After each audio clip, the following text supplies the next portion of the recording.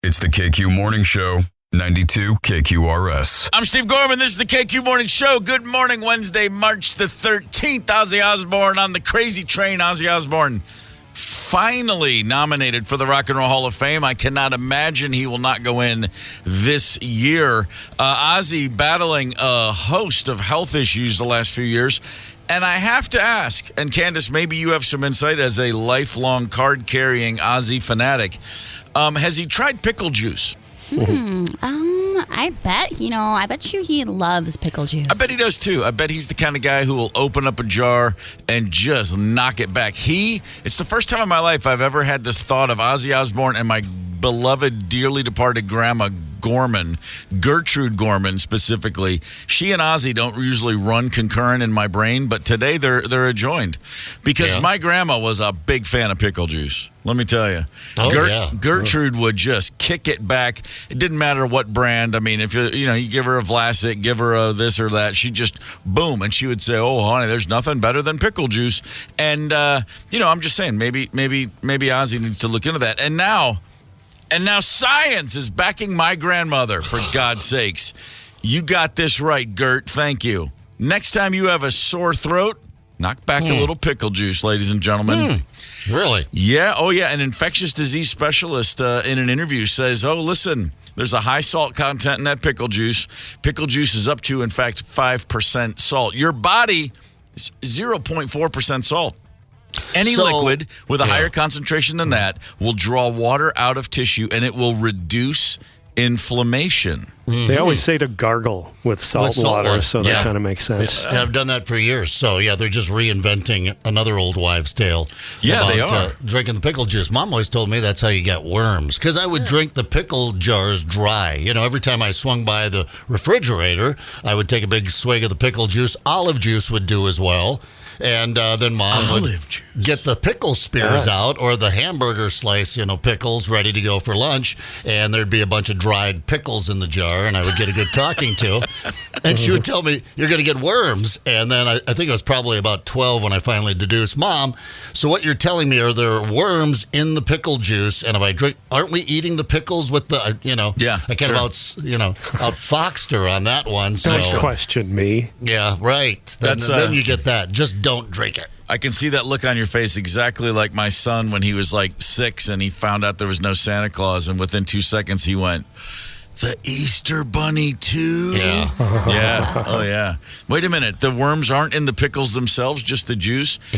Well, see, this is fascinating because my grandma would knock back the pickle juice, but she would only do it once the last pickle had been taken. Well, don't throw that away. Just pound it. That grosses me out because it's like that's where all the fingers and all the residue from everyone. No, but all that fingers. but the brine, just kills it. Yeah, it's pickle. It's like drinking, antiseptic alcohol or something. Candace, maybe your finger germs can bust through the pickle juice, but the Gorman finger germs were long gone by the time that jar was getting knocked back. So, for a sore throat, just to your point, just like gargling salt water, it makes a difference. Although, the pickle juice tastes a little better. I have never heard anybody say they drank olive juice. Wow. And in fact, dump it in your martini. It's called a dirty martini. I know. That's right where I went. But then I'm like, wait, just a little hit of olive juice on its own. Yeah. And then add to that, get the jalapeno stuffed olives. Oh, yeah. I don't know. That sounds bold. And, to keep you regular, if you're a little constipated and you have a sore throat, you want to get your shot glasses going. Well, pickle juice, that was a big thing with, what's the shot you're supposed to do with pickle juice? Is it tequila? And then you chase it with a shot of... Is it just whiskey? That's what I never really got into that fad. I know over there's what's the tequila bar over there in St. Paul, Barrios, and they do orange juice or like orange soda. So you do a shot of tequila, and then you get that face going. Really kick back a shot of just orange soda with that, and it just mellows it right out. If a bar is slow and I'm not going to be looked at as an asshole, I will always ask for an orange with my tequila shot. All right, well there you go. Really? I think that's trendy. I think that's in.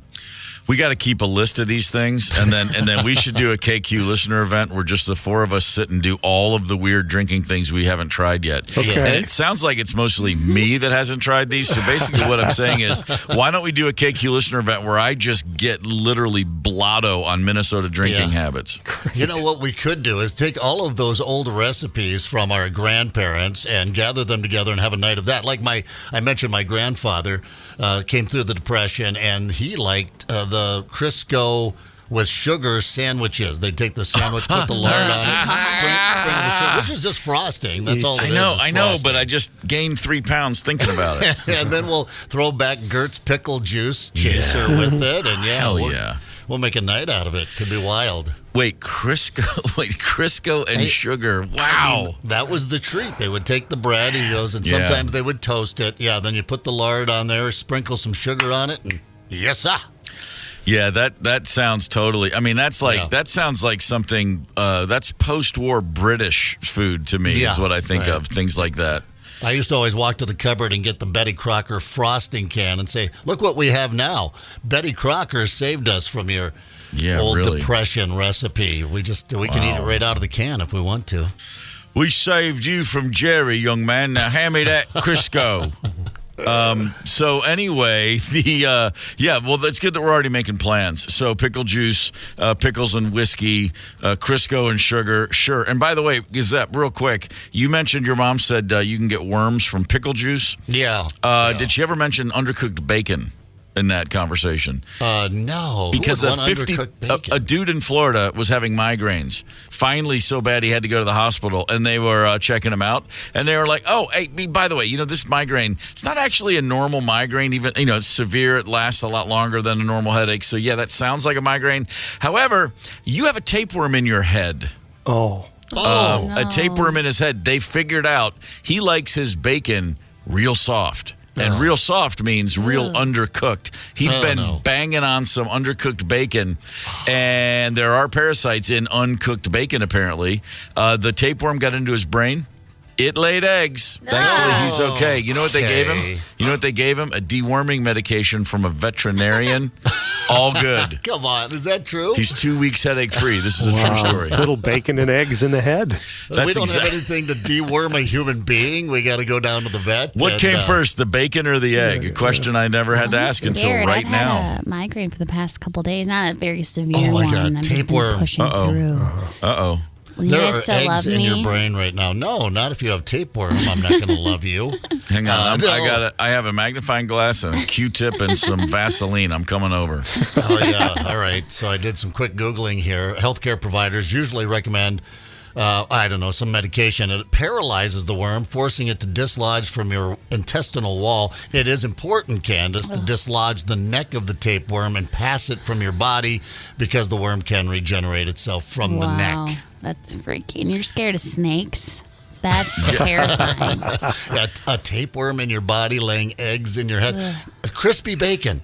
Crispy. Eat it crispy. Who doesn't want crispy bacon? Can't get it crispy enough. Sound good. Some pickle juice and some crispy bacon this morning. Yeah, that's the stuff of dreams, baby. Hey, something I want to get into here in about 10 minutes. You mentioned your son Connell is back spring break, hanging out with mom and dad. Oh, yeah. And good old Minneapple. That's cool. You did something last night, Steve, and it was reminding me of, I recently forced my children to watch Stripes. It just came up one night. They're like, "Oh, we've never seen." I said, "You've never seen Stripes? Both of you, couch now." And there was firing it up. And when it was finished, I noticed they hadn't laughed. I said, "Well," they said, "No, that was really funny, Dad." I'm like, "Really funny? What?" It's one of the most hilarious comedies of all time. But you watched a movie last night with your son for the first time, an iconic movie, and he was a little blown away at the behavior in the movie. I'm not even going to mention the movie. We're going to talk about this here, A Blast from the Past, introducing our kids to our past through Hollywood, coming quickly. Hang tight. Connect with us on the KQ Talk and Text line, 651-989-ROCK. That's 651-989-ROCK. 92 KQRS. I'm Steve Gorman. This is the KQ Morning Show for Wednesday morning. We were talking about my grandma thought pickle juice was pretty much the cure for anything. My mom would have put Neosporin on a broken leg if she had enough of it. Neosporin was just the answer to just about every one of life's maladies in the Gorman household growing up. There's a lot of things that we can look back on. Our parents, our grandparents, old wives' tales, remedies, not homeopathic, but just home remedies, things like that they would swear by. Some of them hold up. Some of them are like, really? Not so sure. And you start thinking about things like that. You start thinking about what works across generations, and then how much society changes, how much we learn along the way, how much things just smack into a wall and immediately become a relic from a different age.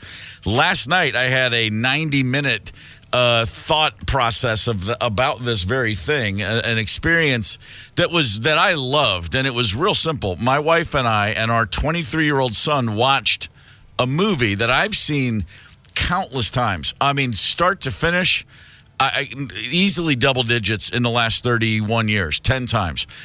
Segments, little bits at a time, here and there, dozens and dozens and dozens of moments spent watching Dazed and Confused. Hell yeah. So good. I saw that movie in the theater, and I really didn't laugh much as I watched it the first time. I recognized it was really funny, but it was so heartwarming and so immediate and visceral, and I at some point I remember thinking, like, I'm watching a documentary of me in 8th grade. That's what it felt like. Oh yeah. The capturing of that small town existence. Now Texas and Kentucky have a lot of things, a lot of differences, but boy, in the 70s there was a whole lot more that was a lot alike. And watching Dazed and Confused for the first time in 1993, as the movie fades to black and they're on their way to Houston, top prior to the summer, Aerosmith tickets, and they've stayed up all night, and the sun's coming up, and they're just laughing as the music plays. I literally sat there. I started crying. I had full tears coming out of my eyes the first time I saw it in a theater. It just blew me away. And I've told people for years my favorite movie of the 90s, and they laugh and go, yeah, it's stoner film. I'm like, no, it's not because it's a stoner film. It's the most accurate representation of that time of life I think I've ever seen. So all this to say, what's a kid born in 2000 going to think of it? I was actually surprised that he'd never seen it, because I've referenced it a million times. He had seen memes and GIFs, and he was aware of so much of it without even realizing how many things from that movie he's aware of, type of vibe. But all this to say, he stared at that TV for 90 minutes like with his mouth open, and he totally immediately was aware of the warmth and the friendship and the fact that looks amazing, but it's small town boredom being cultivated in the only way you know how, which is just crank up music and drive around on a Friday night. True. And he was going back and forth from, I wish that should have been me. I missed out on all this. And then he'd go, yeah, but I guess it got boring after a while. I'm like, yeah, it's both. It's all of it. But I mean, some of the things in that movie, he was looking at me and Rosemary like, wait, this was real? I mean, first and foremost, the hazing. I don't think I'm spoiling a 31-year-old movie. So, the rising freshmen being hazed by the rising seniors on the last day of school. For the boys, they get chased and paddled when they get caught. The dudes are paddling the freshmen. The girls make them lie in a parking lot, cover them with ketchup, mustard, oats, run them through a car wash in the back of a pickup. It's just a whole thing to say, okay, you're a high school kid now. We're going to haze you, and then you're one of us. But in 2023, to my son, he was like, there's no way this stuff really happened. I'm like, oh, hell yeah, it did. That was hazing's just a harmless. felony now. Yeah. It's like, oh no, this is. I went to a really small school. They didn't do that at my school for a variety of reasons. I said, man, the public schools, this was totally happening. There were social clubs, the teen debs, the sub debs that were for girls, and they had dances, and it was girls from all the different schools, but they had all that kind of stuff happening. And I mean, he was just blown away. And he's like, I can't believe that you had a whole life where you would just go to like a billiard hall with video games. I'm like, oh yeah, yeah. And just play rock music and shoot pool, and then every 20 minutes you just get into someone else's car, drive around, smash mailboxes, then come back to the pool hall. I'm like, yeah, everybody is a shark, constantly seeking the next meal. The next meal is 6 minutes of fun in an hour of pure boredom in a small town. It was incredible. But I mean, driving the loop, it, man. That's where life happened. Yeah, I mean, watching it through his eyes was really incredible. And he totally was like, I mean, he kept saying, when it was finally over, we were talking about it, he goes, man, I'm actually glad I didn't see that in high school. And I'm like, yeah, I think I might be too. He goes, because, I mean, I would have just been like, it would have like broken my heart, and then I would have just talked like Wooderson for the rest of my high school years. Hey, you're in need of a serious attitude adjustment, young man. Well, I tell you what, man. Randall Pink Floyd, the greatest quarterback, who's a part of every youth clique. He's friends with everyone in the movie, the quarterback. But Matthew McConaughey, first film out, arguably the greatest performance in cinema history as the aging Wooderson who's still hanging out with the high school kids. I mean, it is just that movie. And then, I mean, the music, all the music in that movie we play on this station. And then you see it in those contexts, and it's like, oh, this is why this music still sounds amazing. This is why it still means so much. And this is why our listeners still listen to this music. I mean, it just blew my mind. Like, we hear the songs on the radio here in the studio, but, man, when you hear that song outside the burger joint in someone's Chevelle, it's like, oh, yes. Your kid makes me feel old because we did all that stuff, and when I was in high school, our clothes were just a little different. Instead of high-waisted jeans, they were low-waisted jeans. And the whole fashion was different, but we still did the same dumb stuff. Hey, wipe that face off your head. Oh, incredible. Man, that Parker Posey, she's just on fire, isn't she, in that one? Yeah. My buddy Al Berman had a Chevelle SS. And that's what we do. We'd cruise Hopkins. You'd cruise the loop. Yeah. Over and over, get to the Burger King parking lot, turn around, go all the way back and then again. Occasionally you would switch cars or make some communication as you're driving the loop. And if you were lucky, you know, there was a pretty girl that you wanted to kiss in one of the other cars, and you'd jump in that car, and then she would jump out of the car and jump into another guy. Yeah, it was American Graffiti, I guess, for our parents. But, driving the loop in the small town, I suppose that probably still exists out there. I mean, there's 1,000 small towns in Minnesota and Wisconsin, but I don't know. I guess it can't possibly. Hazing we know is gone. Hazing there is is no more hazing. Hazing's gone. Driving in loud cars are gone. You know, everybody finding the same radio station just to make, you know, the cruising in my town, the boulevard dead-ended at the mall. So you had the boulevard, a good 2-mile, nice, slow, past all the fast food joints and all the arts and crafts stores and stuff. And then you'd hit the big mall parking lot. And that was the turnaround hangout. And everybody in that, if you were in that mall parking lot, you had to have the same, you had to have KDF 103 classic. I mean, it was the rock station from Nashville. You had to have it on. And again, you get to the mall, you look around, I'm going to take a spin with him, and everyone changes cars. And then I can still remember to this day, a dude named Anthony France had a big pickup truck with big pipes coming out of the back, like over the cab. And the word on the street was he had nitrous. And I didn't have any idea what that even meant. But then that dude hit a button and flames shot out those pipes. And I kid you not, that was my Oppenheimer moment. I was watching a nuclear fusion for the first time, or fission, or whatever the hell it is. That was like the scene in Oppenheimer where he sees the bomb go off. All that went through my mind was, there's no turning back. I've seen a pickup truck with nitrous. I have to be in that truck. My first radio show at Aberdeen, South Dakota, 1988, it started in August, was a 7 to midnight shift, and we were the rock station in town, and it was Cruisin' the Loop.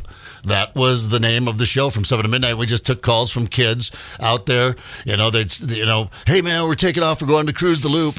Can you play this? We're going to be out there at about 8:30, man. All right, so it's so-and-so's Cruising the Loop, and play dedications all night long. So it was definitely a part of our culture growing up. I love every now and again on Facebook, there'll be a photo that looks like something from the set of Dazed and Confused. Clearly mid-70s, bell-bottoms, hippie kids in a parking lot, and it will say, oh, by the way, these are your grandparents now. It's always like, yes. I know. Our grandparents went through the Depression. We went through the 70s. I mean, it's a bit different. All right. We'll get along. We're going to revisit this. I'm feeling nostalgic this morning. All the way from Grandma's Gert's drinking pickle juice to Grandpa's, large sugar sandwiches to Cruising the Loop. We've got a lot more to get into, and we have Mike Evans' Hollywood Report coming quickly. Hang tight.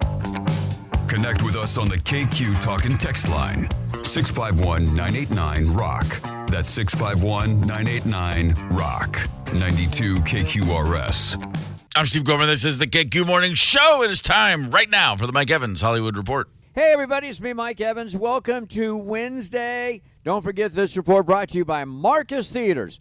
The seats are so comfortable at Marcus Theaters, a lot of people say they fall asleep while watching the movie. Well, they wake up and then watch the movie again. Don't forget Marcus Theaters Special Tuesday, $6 for any movie at Marcus Theaters. Good morning, Steve and Candace and Zepp and Tony, everybody else. Final Oscar-related nuggets. The hottest post-Oscar party for the last 32 years, it's always been Elton John's AIDS Foundation party. This year, Elton's party on Sunday night generated $10.2 million. The list of celebrities who attended is guarded, but Sharon Stone, Heidi Klum, Danny DeVito, Matt Damon, and America Ferrera were just some of the guests that were there. Here's a very odd sidebar for you. One of my favorite actors is Robert Downey Jr., and of course he won an Oscar on Sunday. But way back, November, the year 2000, Robert Downey Jr. was arrested while in his hotel room at the Merv Griffin Resort in Palm Springs for cocaine and other drugs. Now, at the time, I lived about a mile and a half from there, and for years, the word was you could rent that room that he was arrested in at a premium rate. The very high-end hotel is now called the Parker Palm Springs Resort. I wonder if you can still rent that room at a premium rate somehow. I rather doubt it. So, I review movies on Fridays. You know that. And I want to remind everybody, just because I like a film doesn't mean you'll like the film. You'll agree. In fact, my wife Cheryl doesn't always agree with me. I bring it up because Rotten Tomatoes, so a lot of people go to find out whether or not they should see a movie, ripped Bob Marley One Love. Gave it a 41%. Well, I love that movie, and this weekend it looks like the Bob Marley movie will surpass $100 million at the box office. And did you know that Bob Marley died at the age of 36 when he ignored a little dark spot under a toenail that was melanoma cancer and metastasized, spread, and killed him? I bring it up because yesterday I had a squamous skin cancer cut out of my forehead. Oh, I'll be fine, but I would encourage everybody to be checked out by a dermatologist. We are all one big happy family here. Oh, and Steve, you know, I mentioned yesterday about Stormy Daniels' documentary. I mentioned there's got to be other things they could do documentaries about, but I agree with you. I think the ratings will be very strong. It'll get big numbers when it is released, coming up here in just a couple weeks. Hey, have a great day. We'll do it again tomorrow. Mike Evans, see ya. There you have the Mike Evans Hollywood Report. As long as we are looking back, and we started the day looking back, oh boy, from pickle juice to Dazed and Confused and a lot of things in between, let's have a quick history lesson. I like sports. I like sports. And who are you? Gorman. And I'm going to teach you a lesson that you're never going to forget. It's March 13th. On this day in 1954, Bobby Thompson, pretty good baseball player with the Milwaukee Braves, he got Wally pipped, by which I mean, okay, Wally Pipp famously had a headache and sat out for a game in 1925, and he was replaced by Lou Gehrig, who then started in that position for the next 2,130 games. On this day in 1954, Bobby Thompson broke his ankle, and he was replaced by a rookie named Hank Aaron. Oops. Sorry, Bobby. Thanks for your service. They were good. Let's see what else we got. On this day in 2000, Dan Marino retired. At the time, he had the record for most touchdown passes, most passing yards, and most completions. He was 38 years old, and he stated that day, well, I finally realized I probably should give it up. Why? Well, 6 knee operations, a ruptured Achilles tendon, a neck injury that sidelined him for 5 games. And he literally said this as he's explaining his decision to retire. There are physical limitations I would have to deal with. It kept coming back how my legs felt last season, the neck injury, and I still don't know if I'm able to throw a football. There's that. Dan, good decision, brother. Great job. Oh my God, he was Remember something. that last. You talked to. In fact, ESPN did a thing where they polled quarterbacks of that era. Everyone from Joe Montana to the guy that came in for one game, and almost to a quarterback, almost unanimously, their favorite quarterback of that era, Dan Marino. But that last season, I remember watching that Western Pennsylvania kid down there in Miami, and he couldn't. I mean, he would drop back 3 to 5 steps, and that was all the movement you could get out of Dan Marino. And the Vikings were they were seriously trying to say, like, a couple years before that, they were like, hey man, Denny Green was like, come on, let's go. But as it turned out, he started and finished as a Dolphin, and that's probably how that exactly should be. It's the KQ Morning Show, 92 KQRS. Zep, Tony, Candace, and Steve Gorman are the KQ Morning Show. 92 KQRS. I'm Steve Gorman. This is the KQ Morning Show. Van Halen with Panama right there. There's some kids out there right now who can tell the true story of, my parents hooked up in the parking lot of a Van Halen concert. Mm-hmm. I'm sorry, my grandparents hooked up in the parking lot of a Van Halen concert. That's right. Oh, that's right. The original Van Halen was like 45, 48 years ago. Oh, heck yeah, there's some grandparents out there. We're all of that age. I mean, I'm just saying it's funny to think about things our grandparents did, between the lines and outside the lines. I mean, everybody grows up. This whole conversation started the movie Dazed and Confused, set on the final day of school in 1976.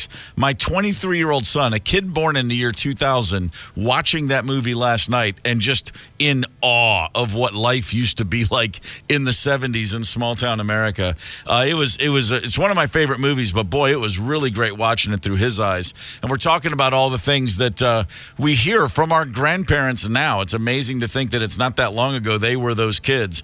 So a lot of directions we've kind of taken this conversation on. The KQ Facebook post, the question was, what are some weird things your grandparents did? Old wives' tales, home remedies. Elaine wrote, my grandma used to save her chewed gum for later. No. Yes, you read that correctly. Where would she put it? Behind her ear, maybe? Oh. Who was that? Yeah. Wasn't there a character on a show or in a movie that would stick gum behind her ear for later? Yes. That's somebody. I guarantee you somebody knows. Candace, the KQ talk and text line 651-989-ROCK, I believe, has lit up. Who's on the horn? We have Bob from Locust Grove, Georgia. Bob, good morning, sir. Good morning. Where part of Georgia's Locust Grove in? It's 35 miles south of the Atlanta airport. Okay, fair enough. I'm sure it's very, very, very developed up since I was last down there, but good to hear from you, brother. What's on your mind? Well, we have, this is for people with babies. Okay. Teething infants. It's annoying and they cry for hours. Home remedy that works. Dill pickles and green onions. Green onions? I mean, you just hand them a green onion? At the same time, and they hold one in each hand and they gnaw on them, and it numbs their gums, and it calms them down immediately. A dill pickle and a green onion, one in each hand. One in each hand. What if the baby hates the taste of those two things? I'm curious. Then you got a problem. Okay, all right, very good. I had a sister-in-law that said, I'm not giving my baby any green onions, and after 2 days of a fussy baby, she went out and bought green onions and calmed the child down. That's awesome. All right, well, Bob, thank you for that. I'm somebody out there. Another one for diaper rash. Oh, diaper rash. Lay it on us, brother. Okay, diaper rash, with all the creams, the best thing is burnt flour. It's burnt flour? You take regular flour and you brown it in a pan under low heat, and that will clear up your diaper rash in about 4 hours.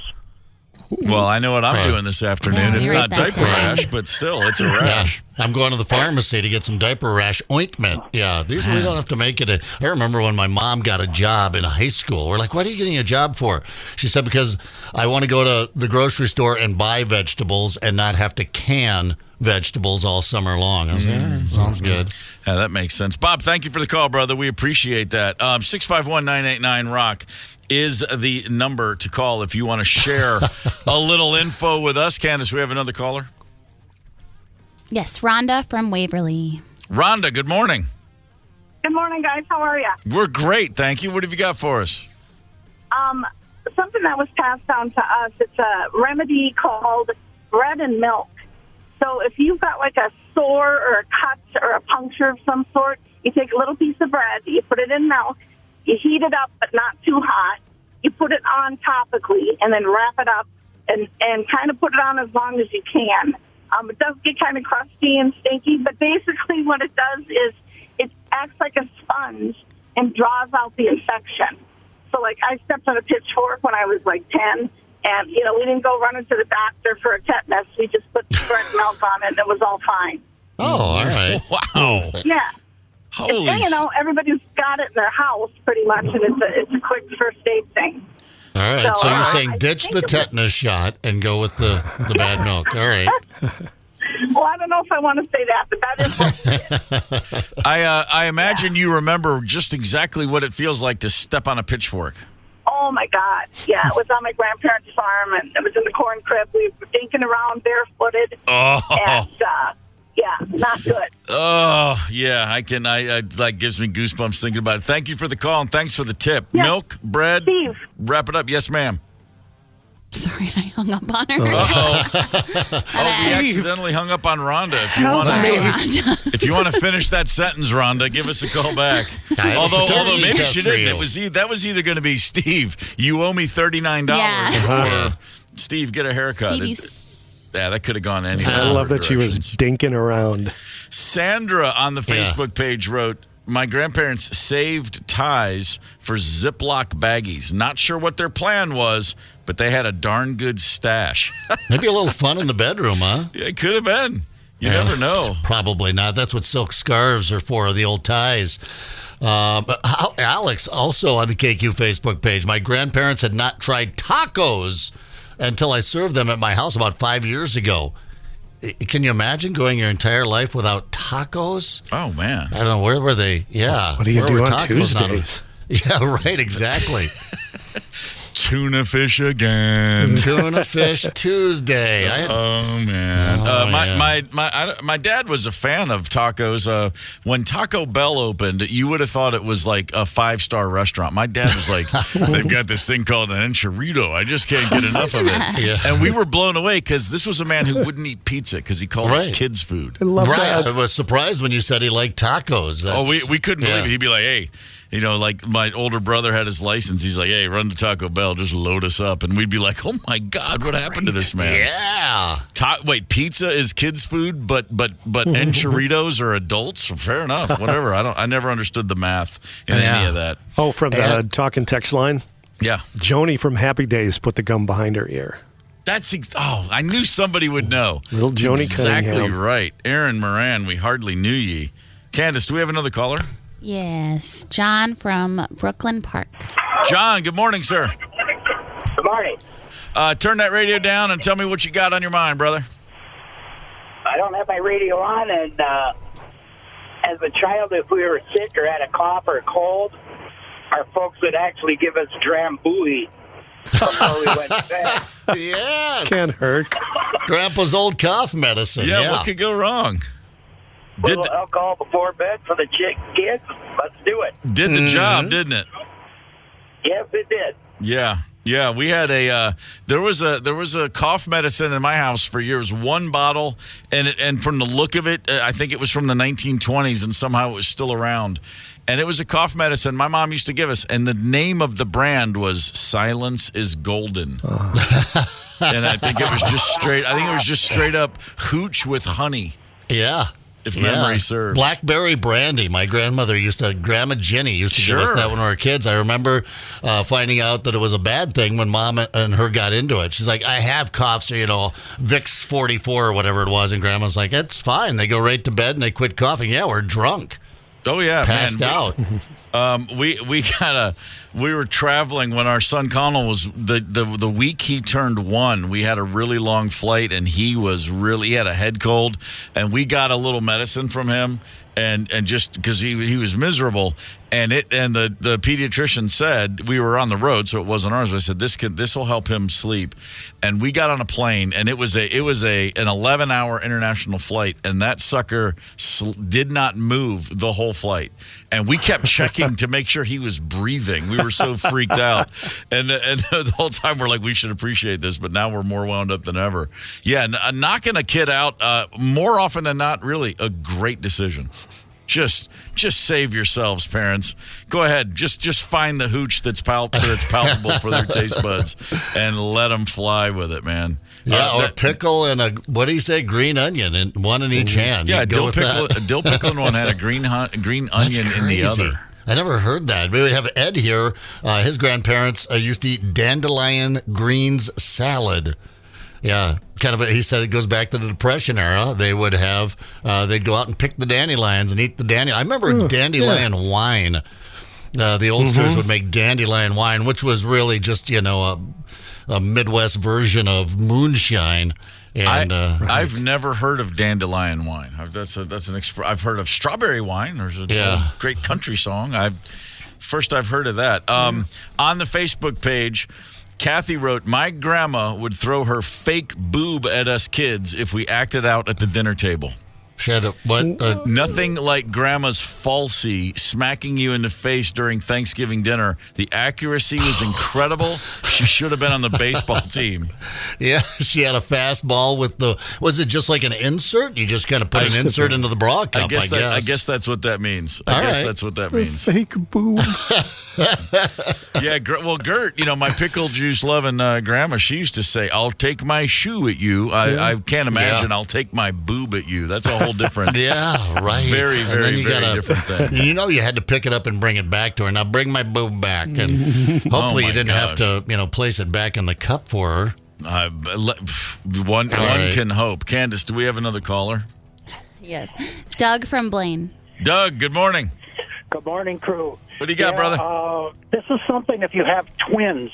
The thing is, when one wakes up in the middle of the night, you got to wake the other one up to feed them. Well, when it was my turn, I made what you call the speed nipple. On the end of a nipple, it's cut in a cross. Well, if you cut one of them corners off, it's a bigger hole. You put a little bit more of that rice in there, make it more of a solid, tip the baby up like he's shooting a beer, get the stuff down in their stomach, bring them up, get the burp, and go on to the next one. You can feed 2 kids in 5 minutes and back to bed. And do you chant, go, go, go, go, go when they're doing it? Get the burp. Doug, how old are those twins now? 37. Woo! Man, were you twice as tired as I was as a new dad? No, actually, I got it down to a science. If I'm going to get up, this is going to be quick. Yeah, sounds like it. Yeah, suddenly when Dad has to get up in the middle of the night, we're going to work on the system here. Yeah. That's awesome. Thanks for the call, Doug. My wife's oldest sister-in-law, so Rosemary's oldest brother's wife, okay, who from a large family. Her name's Maggie, great gal. I mean, Rosemary's known her whole life, basically, since she was a little kid, so she's essentially a sister, of course. Maggie's oldest sister, if I got this right, has 8 children, 3 sets of twins and 2 singles. Wow. 3 sets of twins. After 2 sets, wouldn't you just call it quits? 5 pregnancies, 8 kids. Holy cow. That's a lot, man. That is a whole heck of a lot. You gotta love them. Yeah. Oh man. I always thought about that. Like I would have to think. And I have a nephew. My nephew Eric has 3 kids. He had a boy, and then he had 2 more boys. The second time was twins. And he says there's no question it's easier to have twins after you've already been through it once, because he's like, it would have been way too overwhelming first time out, and they would have never thought of having another kid. You know what I mean? Just like, I thought about that a lot when Connell was born, because we had a neighbor the same right on cue, like within a week, Rosemary had Connell and this other woman, and we didn't know them very well, but we just see them out walking. You're in a neighborhood, and every woman who's 9 months pregnant is walking constantly, just trying to get this thing to go. Yeah. Yes. And so we would, hey, how's it going? How you feeling today? Just another young couple like us. And then I saw that guy at some point after, and I'm walking Connell in the baby Bjorn, and he's pushing a double stroller, and I was like, oh my God, I could not imagine. First time on the track, and you're getting twins. Whew, that's an exhaustion tunnel, I got to think. Yeah, no doubt. Hey, listen, gang, we got the game show at 8 o'clock. I'm loving this. Kirk Cousins out. I don't know what the game show is, but it's going to be a lot of fun. For Frampton tickets, Donnie Smith Bike Show tickets for our runner-up.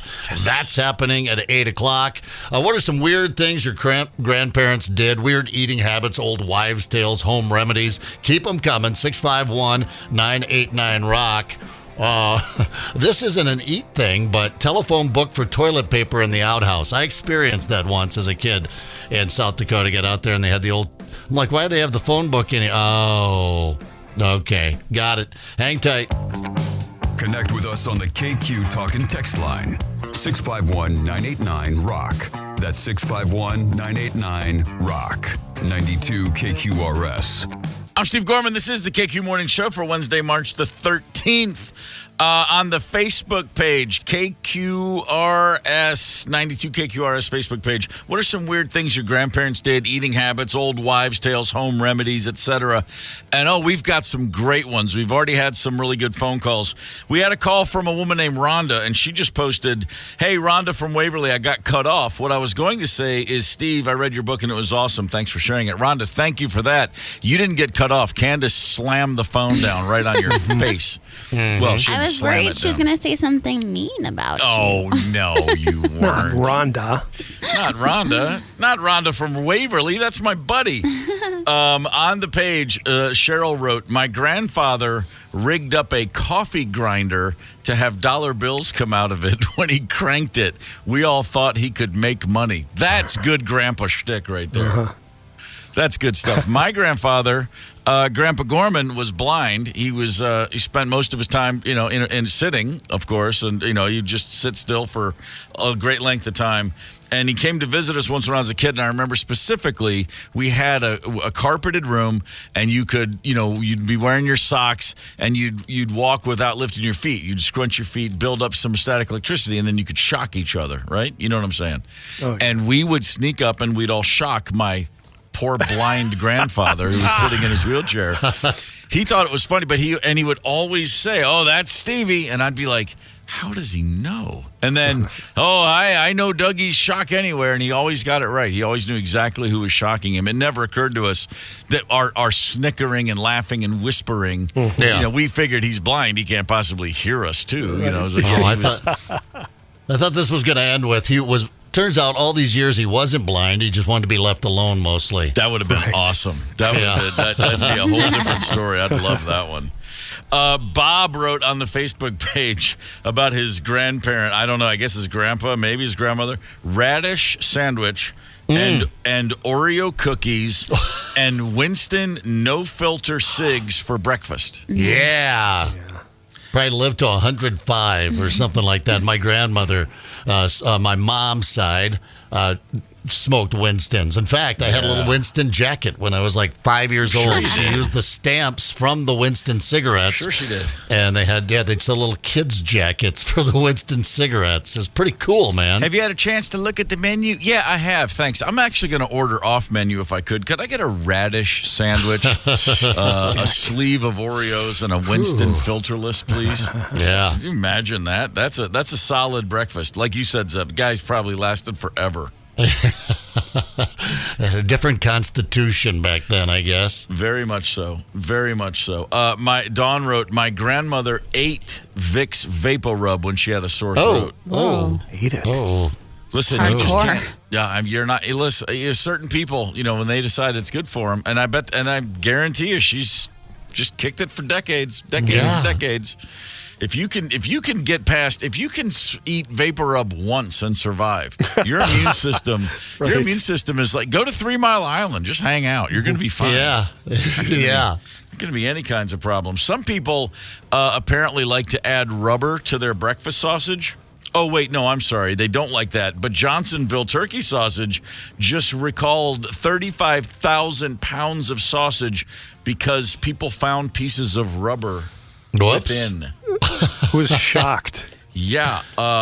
Boy, they package. If you have a package of Johnsonville Polish kielbasa turkey sausage. Okay, first of all, if you have something that has the word kielbasa and turkey in the same sentence, you're doing it wrong. But if you're doing that, and it has a best by May 17th or May 18th date.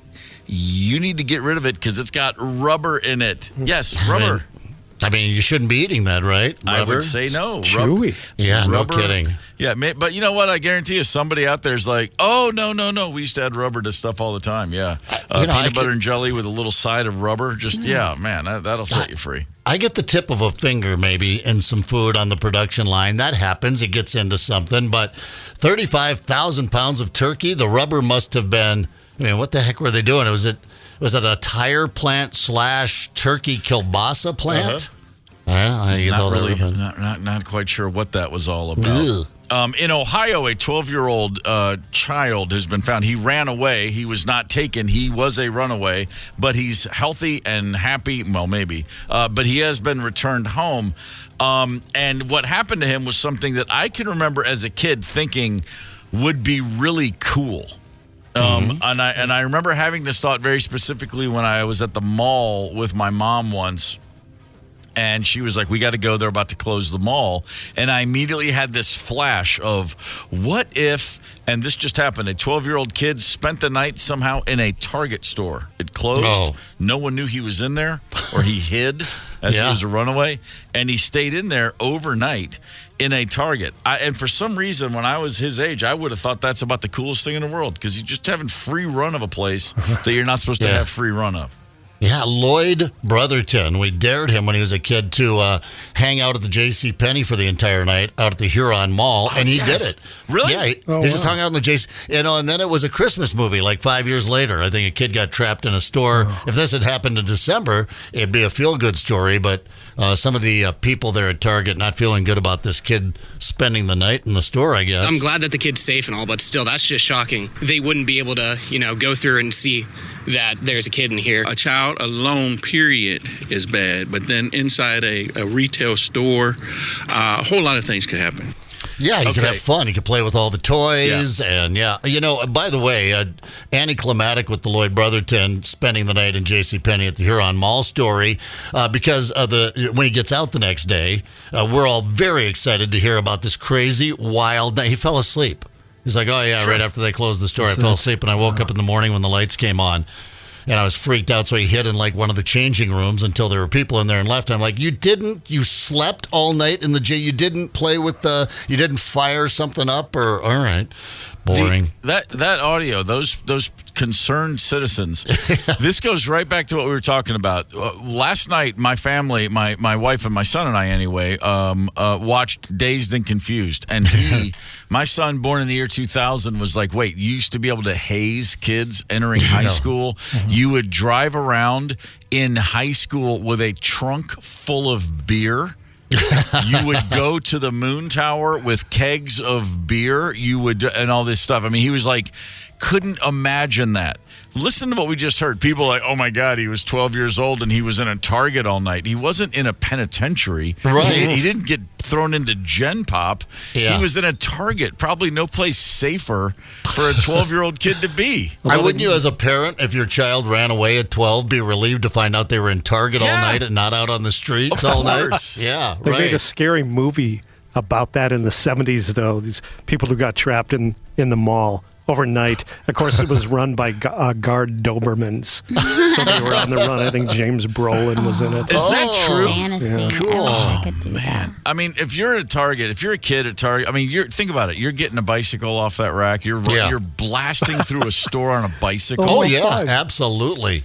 We used to love to go to the mall and just run. A big mall, mid to late 70s, 6th, 7th, 8th grade years, and we would just be at one end, and we'd just be like, okay, and in our mind, it was, we just want people to think, like, what are they running from? Or where are they running to? And it'd be like me and a buddy, and we would just, 10 feet apart from each other, but, side by side, but with a gap, and we would just run the length of this entire mall. Top speed. And we were convinced people were, concerned. In my mind, that meant someone was going to go home that night and go, honey, I saw the strangest thing at the mall today. There were two boys running. Looked like they were. I think they had to save a choking baby somewhere. Oh, there were some fast-walking oldsters in there that were in their tracksuits that were a little annoyed. We did have an overnight in the mall one time, and it wasn't quite as great as I was hoping. There was a bookstore in the mall, and they hired a bunch of kids to come in and do inventory. Mm-hmm. And you have to do it overnight while it's closed. And so, I think I was probably in 8th grade, and they just I don't who the hell knows where it came from. Who used to get messages out in the 70s? All I know is my mom was like, "Do you want to make $20?" Like, yeah. Okay, we're going to go to the mall, and from 9 p.m. until it's done, you and a bunch of kids are going to do inventory, and they're going to have a whole system to tell you how to do it. And we had to take every book in this entire bookstore and mark that it was there or not. Or I don't even remember.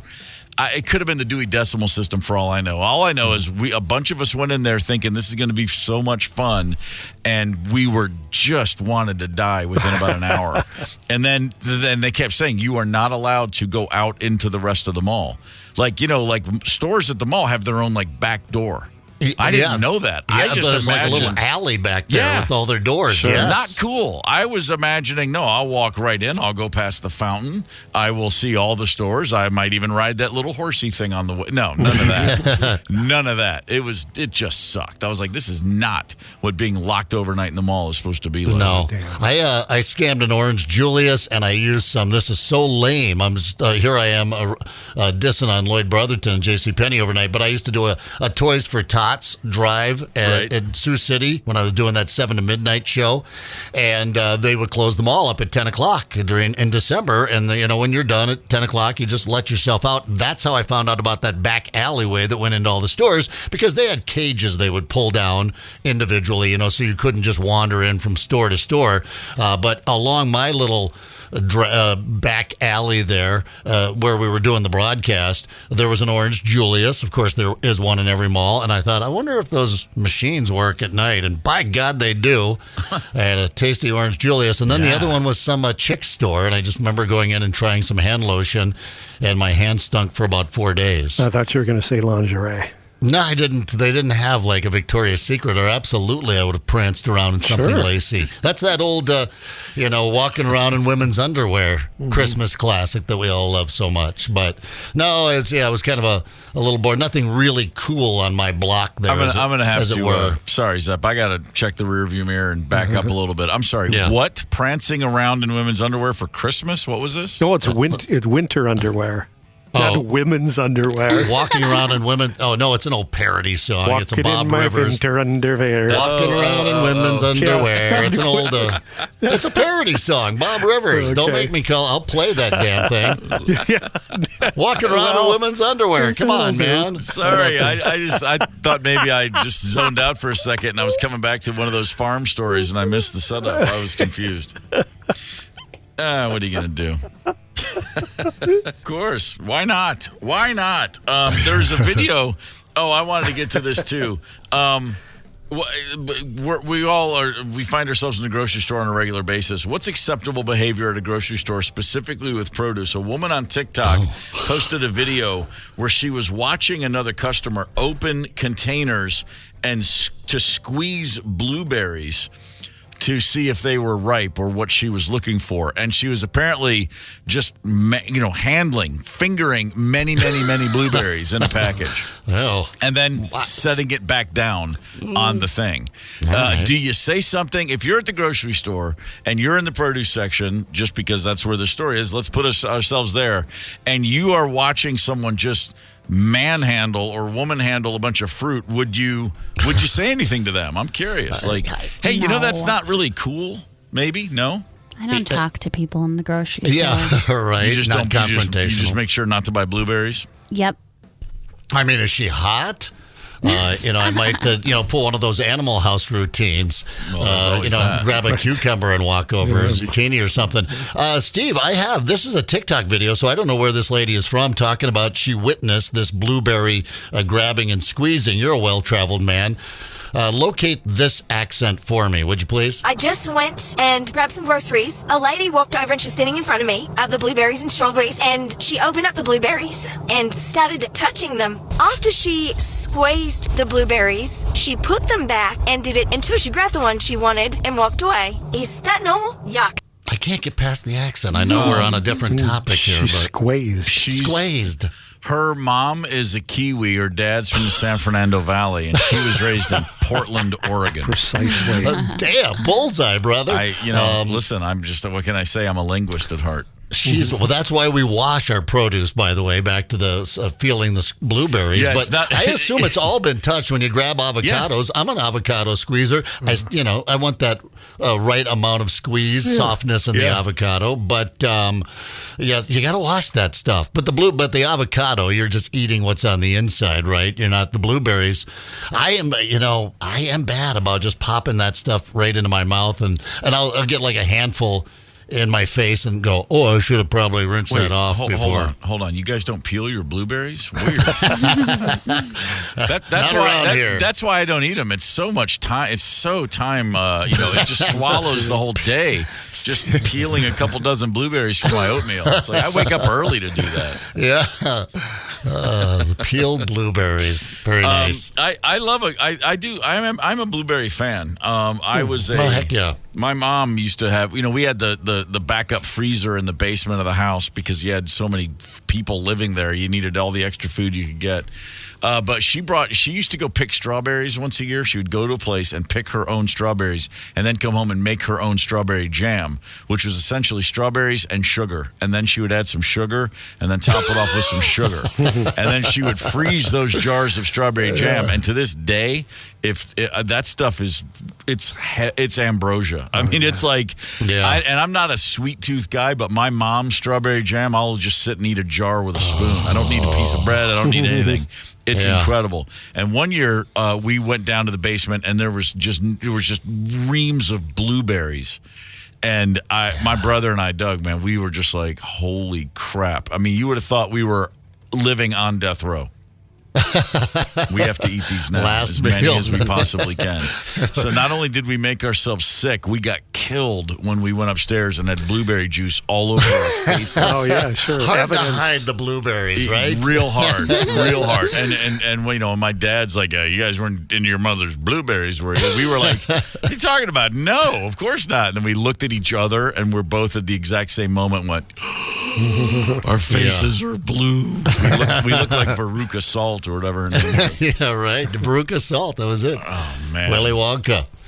All right, shall we play a little game show? I think it's time to give away some badass concert tickets myself. Yeah, Peter Frampton are those concert tickets Monday, April 1st at the State Theater. Prize provided by Jam Productions. This morning we're playing Kirk Out. Brilliant. As we salute Kirk Cousins' amazing career with the Minnesota Vikings. Callers 9 and 2, 651-989-ROCK. You heard the winning tickets. Our runner-up gets tickets to join me at the Donnie Smith Bike Show March 23rd and 24th next weekend at the St. Paul River Center. Go look at some shiny chrome. Have a good time. Coors Light Happy Hour. I'll be hosting from 3 to 5 Saturday afternoon. Thank you to the Donnie Smith Bike Show for the tickets. 651-989-ROCK.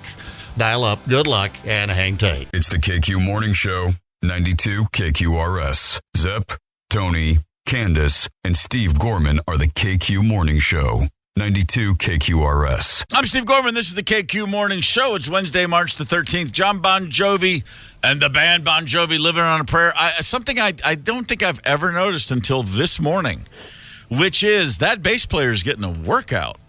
Man, that guy's getting... I mean, that's the good thing about wearing headphones and turning up songs you've heard a million times. You still hear new stuff. The bass player for Bon Jovi, his name, anyone? Nothing. Thumper Daniels. Thumper Daniels' greatest track ever, Living on a Prayer. No, I know JBJ. I know Itchy Sombrero. I know Tico Torres, the drummer. And then there's a guy named like Jill St. John. And... No, wait, Jill St. John. What am I talking about? Like David St. John, maybe? I don't know the bass's name, but seriously, that bass track, 40 years later, nice job, dude. Sorry I never noticed until this morning. I'm being dead serious. I was just sitting here going, oh, my God, that guy's ripping it. Come on, Tony, find it for me. Who are we talking about? Would you say bassist Thumper? Hugh McDonald. Hugh McDonald? All right. I don't think that's the original guy. I would have heard that name before. Hugh McDonald must be the new guy. Maybe they went through bass players like Spinal Tap went through drummers. Could be. Alec John Such. Alexander John Such. Alec John Such, not Jill St. John. Okay, fair enough. She's a distant relative of mine. Actress Jill St. John, movie Siren. Yeah. Wow. She's family. Is she still with us? I don't think so. Oh, damn. Well, my condolences. What a dish. Yeah, boy. Hey, that's your cousin. Distant. Today is March 13th. And let's just go ahead and say a big happy birthday to Chauncey Gorman. Oh. It's his birthday today. He's 7 years old today. Aww. 7 years old today. We're going to celebrate by taking him to a doctor because he's got some issues. But that's nothing new. He's always banged up. Oh, 7 years of snot and love. That's kind of how I celebrate my birthdays now, you know. So I used to go out and just whip it up. Now it's like, maybe I should get into the doctor and get this looked at. Well, yeah, it's full circle. You have baby and toddler. You have the wellness visit for your birthday every year, and then at some point, like around your mid-50s, you're like, oh, it's my birthday coming up. I better get into the old GP, make sure everything's still working the way it's supposed to. Time to get something probed. Yeah, thinking of Chauncey in a cute little birthday paper hat. Oh, sure. We'll get some pictures. We'll dial it up. Peter Frampton is many things. He's an iconic member of the rock and roll community, of course. He was an original member of Humble Pie, which was just a badass rock band. My God. Humble Pie rocking the Fillmore is all the rock you need in a day. His solo career, I'd say he's done pretty well for himself. And now, finally, in 2024, astonishingly, he is a nominee for the Rock and Roll Hall of Fame. I can't imagine he will not go in with near unanimous vote totals. Before we find out about that, however, he'll be playing here at the State Theater Monday, April 1st. And we would love to send a listener with a friend to see Peter Frampton. And we're going to play a game, and we're going to make you work for it. Today's game, it's a new one. Tony, please, sir. Yeah, just something a little odd and fun. Why not? We do what we needed to do, but we'll take it. Mr. Tambourine Man! You'll be amazed at what you hear. Kirk. The KQ Morning Show presents Kirk out. Kirk out. Yeah, nothing complicated. Kirk departs. So we compiled some meaningless Kirk-flavored trivia to guess at. That's great. Kirk out. I love it. All right. Kirk Cousins has, what do they call it when you disappear and show up somewhere else? What's the teleport? Oh, yeah, he has teleported, right? Yeah. He has teleported his ass down to Atlanta, Georgia. He's now an Atlanta Falcon. And we'll all see what happens with that. But for right now, before he leaves town officially, it's time to play Kirk out. I'm excited. We're all excited. Candace, who's contestant number one? Susie from Belle Plaine. Susie, good morning. Morning. Are you ready to play Kirk out? I am. Are you a Peter Frampton fan? I am. Well, you are 2 for 2, dear. You're in the right place. Good luck to you. Thanks. All right, Susie, let's play. Number one, he was a lefty outfielder and hitter who spent most of his career with the Detroit Tigers. Was it A, Kirk Giblet, B, Kirk Gibson, or C, Kirk Polychronopoulos? B. Kirk Gibson is correct. That's correct. Also, if memory serves, a tight end or wide receiver for the Michigan State Spartans. Yes, sir. I believe he was. I think he was. Wasn't he a wideout, I believe? Yeah, I think he was a wideout. Gibby with one of the, honestly, one of the 5, maybe 3 most famous home runs in baseball history. God, limped out there, didn't he? And Dennis Eckersley is still just sitting somewhere in the world right now going, oh, damn it, someone's talking about it again. You throw him a high fastball, brother. Susie, you're 1 for 1. Keep it up. Woohoo!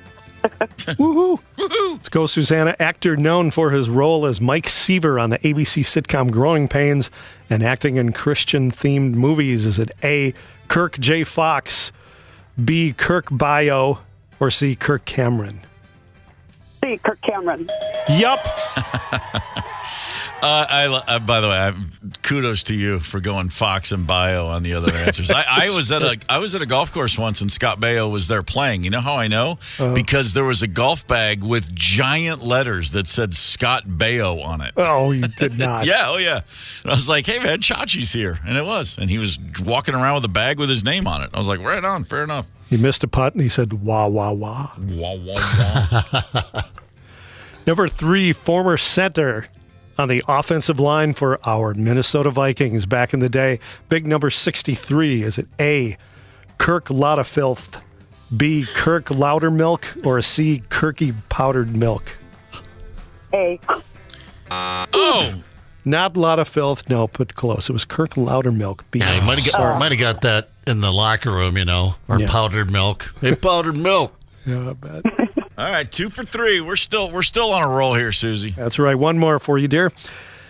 Actor, dimple-chinned producer, director, played Spartacus and is the father of actor, producer, director Michael, who played Wall Street's ruthless Gordon Gekko. Is it A, Kirk Wahlberg, B, Kirk Lovelace, or C, Kirk Douglas? C, Kirk Douglas. Spartacus. I am Spartacus. Man. All right, she only missed one. Aren't we all? Susie, 3 for 4. Yes.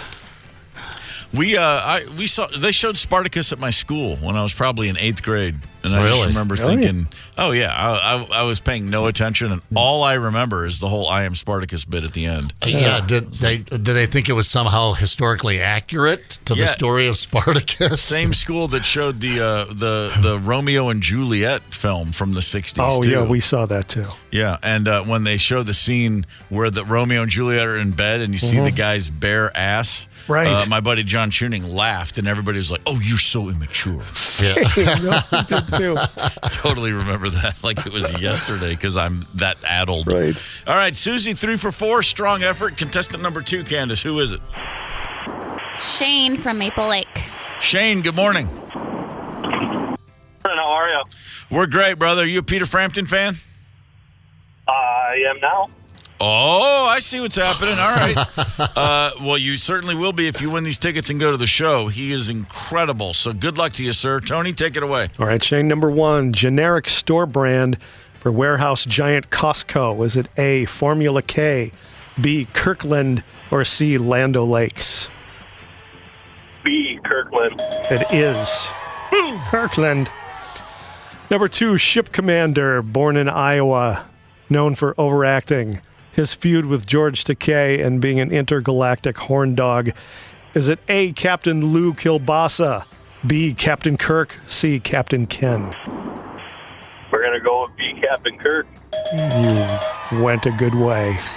It's kind of a self-explanatory answer sometimes. Yes. Number 3, Australian musician and member of Australian rock group In Excess.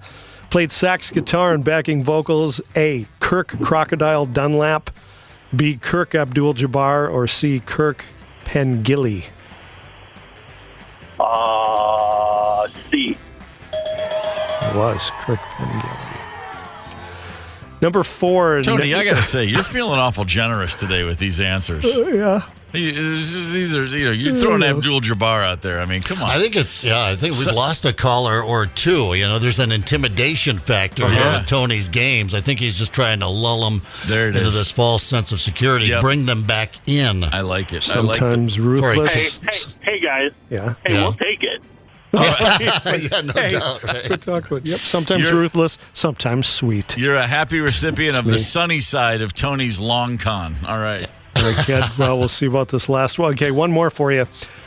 Known for never using curse words, worshiping Creed, a disappointing playoff record, and for breaking the bank of the NFL. Is it A, Kirk O'Chains, B, Cousin Larry, or C, Kirk Cousins? Well, B, A, and B, or A and C, right? But we're going to go with Kirk Cousins, C. Good call. There it is. Yeah, I would have accepted A as well. And Shane has run the table. Well played, sir. 4 for 4 means you have Peter Frampton tickets Monday, April 1st at the State Theater. I guarantee you will enjoy that show. Susie, 3 for 4. Most days enough for a win. Right? Today it's enough to get runner-up. Tickets to the Donnie Smith Bike Show.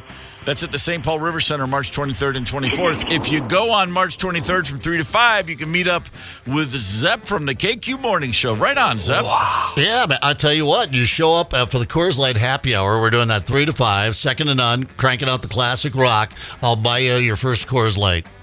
I'm not saying that to everyone, by the way. Just our lovely for the room game show contestant here. Awesome. Thank you guys for playing. She sounded excited. She did sound excited. No, she's like, beer. She already knows which guys she's going to give them to, probably. Man, I went down such a rabbit hole on Instagram recently of an account of it's just dash cam videos. Yeah.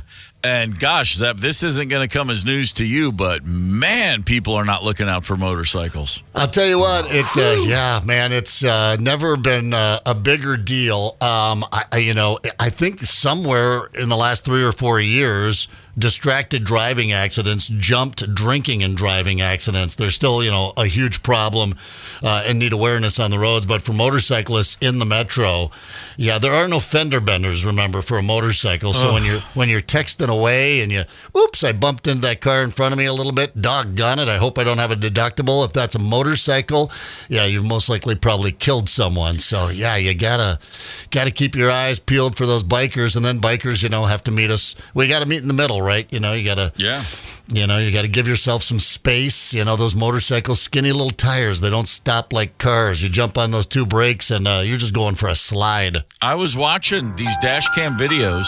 Thank you, Tony. The more you know. I'm watching video after video, and every other one is probably involving a motorcycle, and I'm thinking, man, I need a dash cam. And then I started thinking, no, wait, I don't. I'll just incriminate myself when I'm the idiot who cuts off the oil tanker, or whatever it is.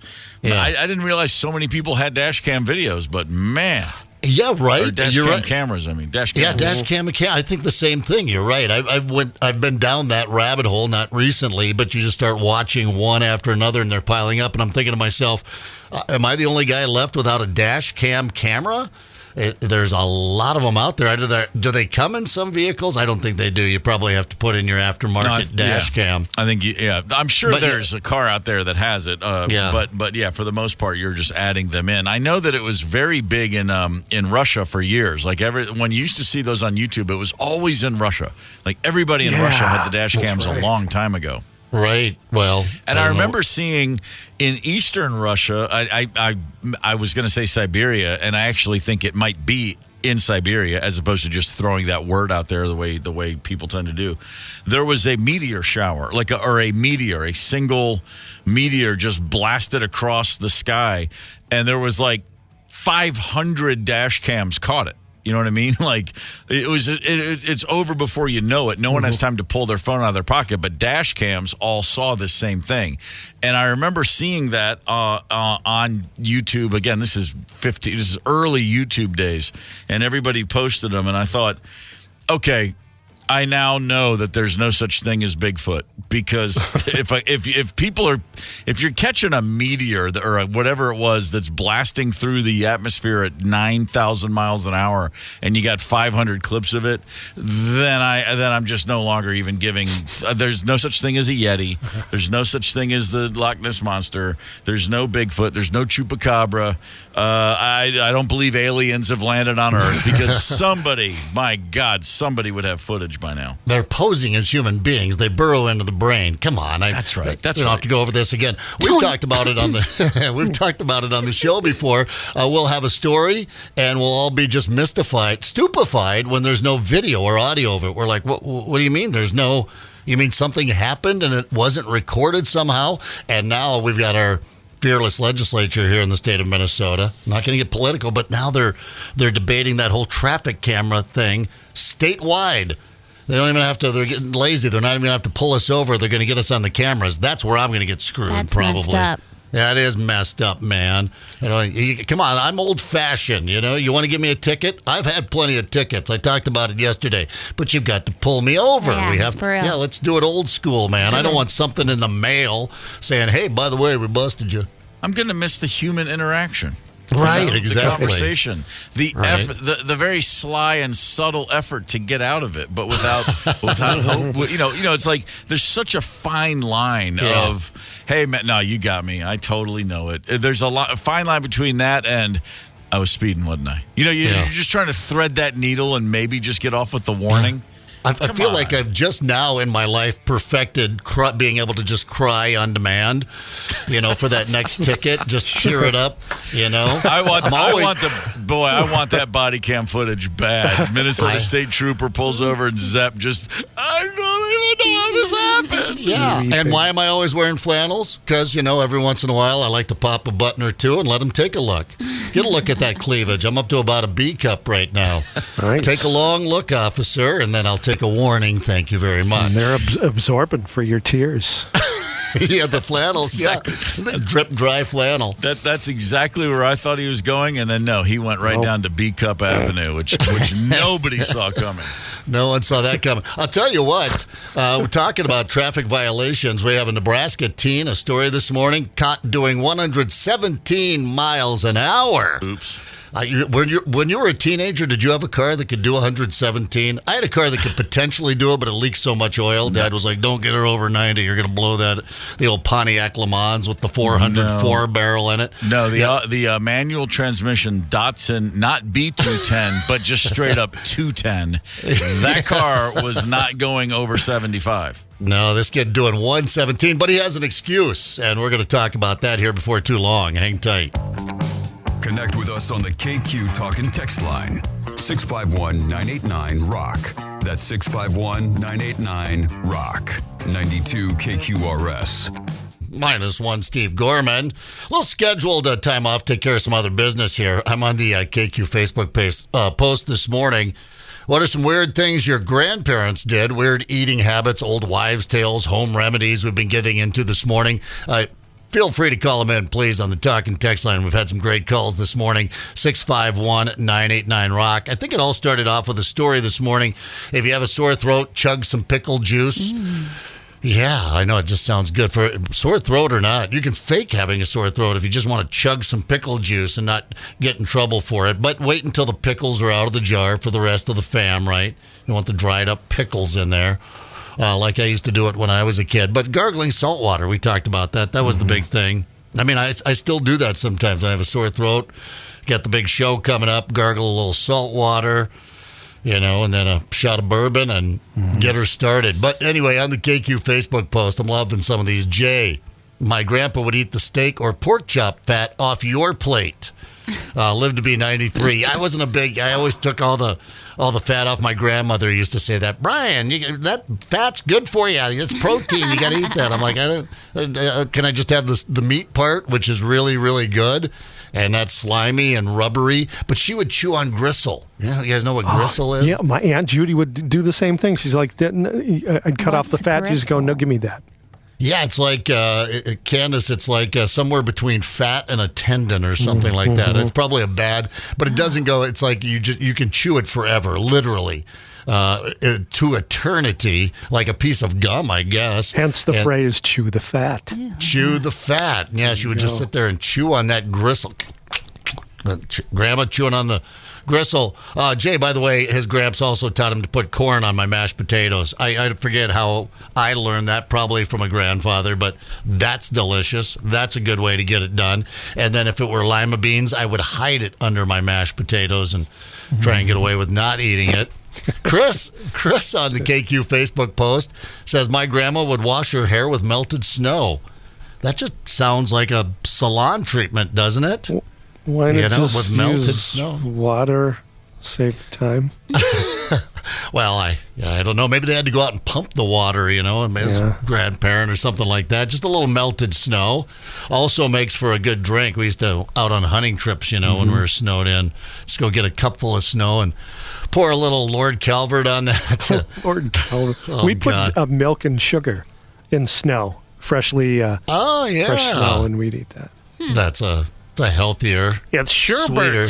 Yeah. Rockin' Ronna Gallagher. My grandmother had a bottle of Coca-Cola, which we always asked to have a glass. Sure, you want a little Coca-Cola? Grandma would say no, because she used it to clean her sinks and silverware. I get whatever gets the job done. We're not wasting that on your appetite for your pleasure. We got to get the sink scrubbed up here with the Coca-Cola. You just watch her dumping it in the sink and scrubbing. That'd break my heart. Redeemed Transportation. Yeah, we have a business checking in on the KQ Facebook page. Right. I think they just got a plug there. I had the mumps. Grandma wrapped me in funky sardine juice. Oh. We had to eat beets every day and take some castor oil. Oh. I feel like that's a generation before me, the castor oil. I feel like mom and dad, or dad especially, they had to get their teaspoon of castor oil. Also, Grandma collected blue chip stamps. I still have them. Fantastic. Isn't it redundant to say funky sardine juice? Yeah, right. It is. Sardine juice. There was something about it. If it was just nasty and gross, well, it must be good for you. Mm-hmm. That's just not for our times. Like, oh, what do we got to eat? Kale. Kale's good for me, but Oreo cookies aren't. Well, it goes way back to the day. Castor oil. Where does that come from? Is that like a fish oil? I don't even want it. The castor gland. Gross. Who wants to extricate that? Yeah, I don't know. Regina, my grandma loved dates and figs. Well, that's not that outrageous. No. Fig Newtons. Were there actual figs involved in the making of Fig Newtons? I don't think so. My grandmother put a product, this is from Clint, on the KQ Facebook page, talking about some old things our grandparents used to do. My grandmother put a product called Denver Mud on boils to draw the core out. All right, first of all, I haven't heard of a boil in about 30 or 40 years. Do we still have them? Are we calling them something else? Don't say boils. To draw the core out. A little Denver mud. Ingrown hair is what they call them these days. Oh, it's not a boil? I mean, I guess it technically is, but I don't feel like people say boil anymore. My mom used to say boil all the time. Hate that word. Put some ointment on that boil. Yeah. Oh, and the boil. Don't pop your boil. Quit picking at your boil. There's something to Google at work today. If you're tired of people coming up behind you at your desk and bothering you while you're trying to get some work done, Google on YouTube the Denver mud boils drawing the core out. Drawing the core out of boils. Just type that in, some videos. Play that on your computer. Good way to embarrass one of your buddies at the bar. Did those boils ever clear up? Dale. All right. Oh, Kelly's got a winner here on the KQ Facebook page. If you had an earache, my grandfather would blow cigar smoke in your ears. What? Huh? No. Secondhand smoke wasn't really a thing, but hell, firsthand smoke wasn't a thing back in the day, if you go far enough back. But I get a little bit of an earache. Come on over here. Cigar smoke right in your ears. And then off to school you go. You're not missing a day of school. You get on the bus reeking of cigar smoke. Right. You probably weren't the only kid, though, that did. When us grandkids had pink eye, have we eradicated that? Is that still around, pink eye? It's still around in elementary schools. Yeah, I remember my mom had it. We didn't have any pink eye out in South Dakota. The animals had pink eye, and we'd spray this stuff on their eyeball. When us grandkids had pink eye or got something in the eyes, they had these weird little glass cups that fit perfectly over your eye and used milk. All right. Well, milk in the eye? A little milk in the eye, yeah. I think that's what pink eye is, a milky eye, isn't it? Yeah. My grandma hid money all over the house, said Jade. And when we'd go visit, she had me climbing all over to gather it for her. She would tie it up in hankies, tie it to her bra. People would always be visiting when we were there and steal from her. I don't blame her. Really? All right. Keep it close. The treat at my grandparents' house was white bread torn into pieces, sprinkled with sugar, and served with milk. Always skim, like on cereal. Soggy, sugary bread sounds delicious. Try that. I mean, that's not the worst. It's better than getting, cigar smoke blown in your ear. Steve said his dad would eat mushed up saltine crackers in milk. Fish. You're just putting stuff in milk. That's like bad milk, when it gets curdy like that. Yeah, and you're supposed to just pitch it. Yeah, you're just putting curd in the glops of no, I don't don't need it. Who needs it? We were talking before the break about a kid in Nebraska doing 117 miles an hour. First of all, you're in Nebraska. Although he was driving a Kia Sorento, I didn't know they could top out at 117. I have a buddy that has one. We might have to get her out on some open road and not speed, of course. But Nebraska, 117 in Nebraska, it's relative, right? Probably. But there was one other car on the road. It turned out to be a Nebraska state trooper. His excuse? Candace is going to love this, I think. Rushing to meet his girlfriend. Aww. How stinking romantic is that? Wow. Have to take care of her boils. We're going to draw the core out of that boil. I'll be right there, sweetie. 117. That's a fine of $324 in Nebraska. See, I think it's relative. Because in Minnesota, you'd probably lose your license for about a half a year and about $1 million fine for doing 117. Well, Candace, you're not going to like this. Being out there as a dater. Spring, officially springing next week. That means it's breakup season. No, what do they call it? Uncuffing? Oh, gosh. You had cuffing season. That was last fall. That was somewhere around the holidays, or maybe it was January after the holidays. You get hooked up for a little winter warmth, some cabin fever, burn that off. Now here comes spring. That's not a dating time, I guess, for a lot of people. Uncuffing. Well, as long as we just get through my birthday, then whatever. When is your birthday again? April 2nd. April 2. Yeah. April 2 coming up. Tony's is coming up first. Mm-hmm. Tony's, what's your birthday? March 21st, Wow. the vernal equinox. Oh, yeah, the vernal Of course. equinox. That's right. Yeah, that's something to look forward to. All right. You got big plans for your birthday? Does your family go all out, or do they not even really recognize it much? There's always a ritualistic dance that's performed in the backyard. That sounds sexy. Oh, speaking of, well, if you're looking to uncuff, but you still like some companionship, I know I talk about sex dolls way too much, but there's an engineer in Spain. Off the air, by the way, that's so you know. Tooling along with us this morning, that's about all I talk about is sex dolls. Whatever these guys are talking about, like, I think we're supposed to be a nice weekend. I'll have to get the sex doll out. I'll put my sex doll in her nice little crop top and hot pants. An engineer in Spain named, well, whatever his name, Sergi Santos, has invented a new sex doll called Samantha. And the main difference between Samantha and the other dolls is she won't get it on with you until you've performed proper foreplay. Well, just get a girlfriend. I mean, if you have to go, I thought that was one of the upsides maybe of having a sex doll was you didn't have to, get into all that foreplay. What do you have to talk to it afterwards too? It's a good idea for practice. Some guys need some practice. Yeah, I think most guys probably do. If any of the women I've talked to over the years were correct. So you have to kiss her, gently caress her robot body. It's creepy because I'm looking at pictures of him doing it. Warm her up, before she's ready to do it. Just like a real good, they're just trying to make this a real girlfriend experience for you. Maybe you can control the settings and just set it to, all I have to do is wave. Right, it's exactly. Sexy time. Can I just lick her up? It says before she will open up for you, which is just creepy when you think about a sex doll opening up for you. You can play Ed Sheeran music. She'll respond to that as well. Very white, maybe. It's working. The legs are opening. Oh, by the way, then before, you finish, she finishes. She'll let you know if she's finished, then you can go. It's $5,400. Just go out and get yourself a regular mate instead of one of these kooky sex dolls. Who needs it? Well, they don't talk, do they? Just kidding. They do have an off button, I anti-woman think. No, it's okay. It's all right, Candace. By the way, you're a server, Candace. Work over there at Acme, of course, among other places. You're not still over at the Greek place, are you? No. Greek to me. All right, I didn't think so. I thought that had been a while. You ever put a smiley face on your receipt? Yeah, sometimes if I feel like we were vibing. Yeah, a new study in the Journal of Hospitality Management, which I'm sure you're subscribed to, found people do tip more if they see a smiley face on their receipt. Oh, okay. Yeah. You go ahead and draw that bad boy on there. They printed different tip suggestions on people's receipts. Well, they do that now. They'll give you a little, for those of us that have to get out an app to do the math. I'm like, all right, I'm just going to round it up here kind of thing. Now they can check a box, 20, 25, 30%, something like that.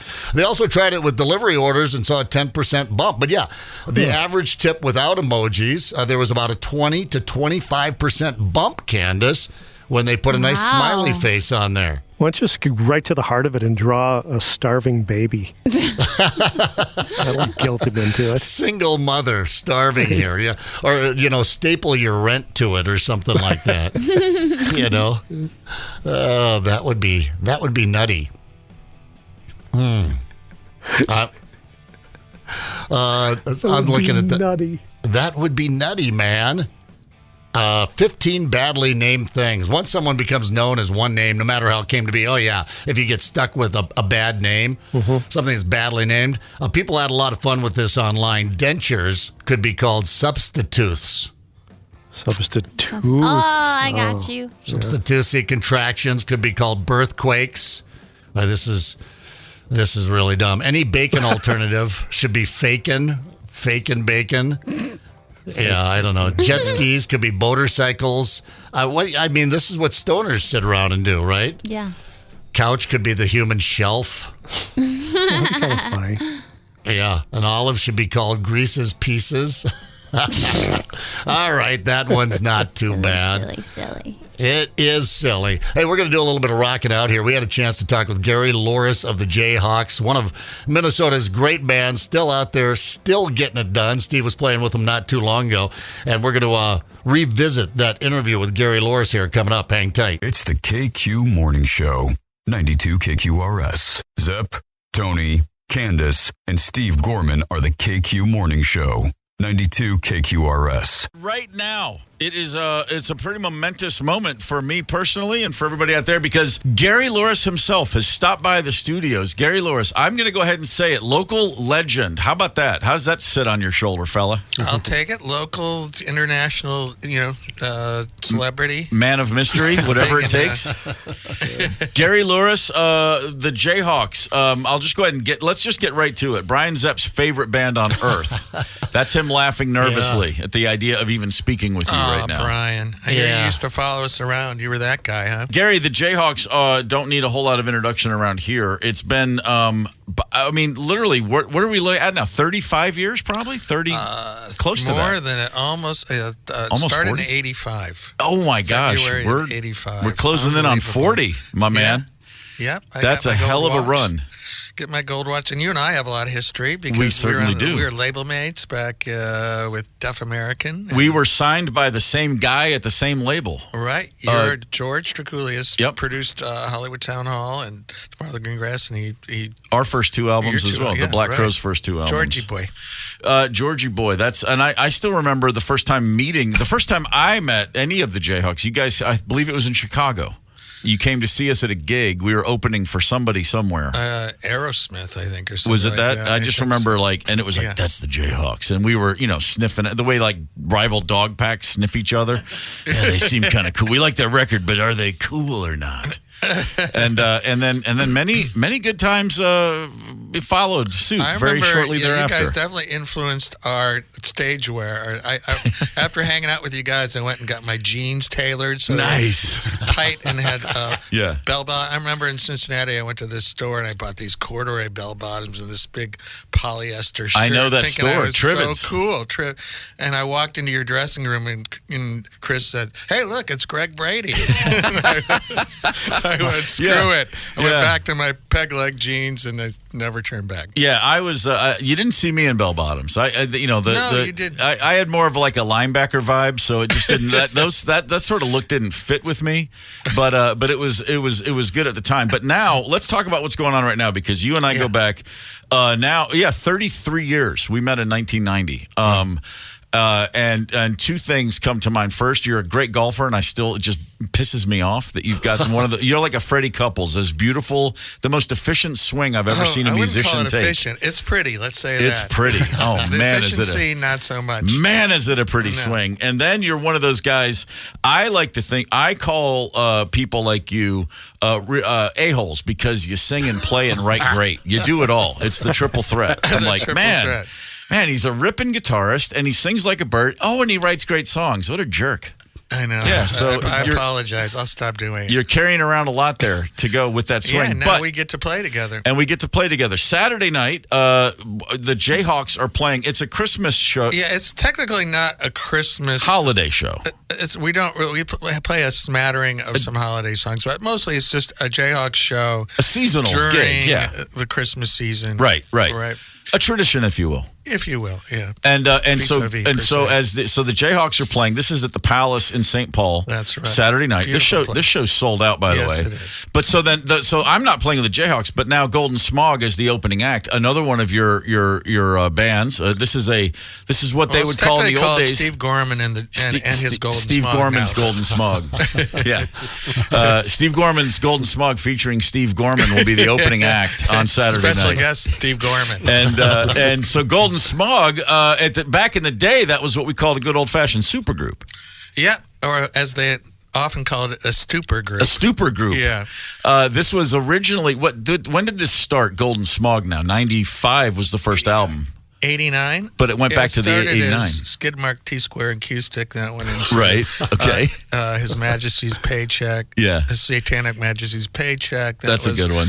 Baldy Pills, Cash, and Guns, and then it became Golden Smog after the Flintstones. And so it was it's a group of guys from a bunch of different bands, mostly Minneapolis bands, correct? Mostly Minneapolis bands. Soul Asylum, Run Westy Run, Jayhawks, and then we've had different drummers. We had Chris Mars from The Replacements. We've had we had Jody Stevens from Big Star. Now we have Steve Gorman.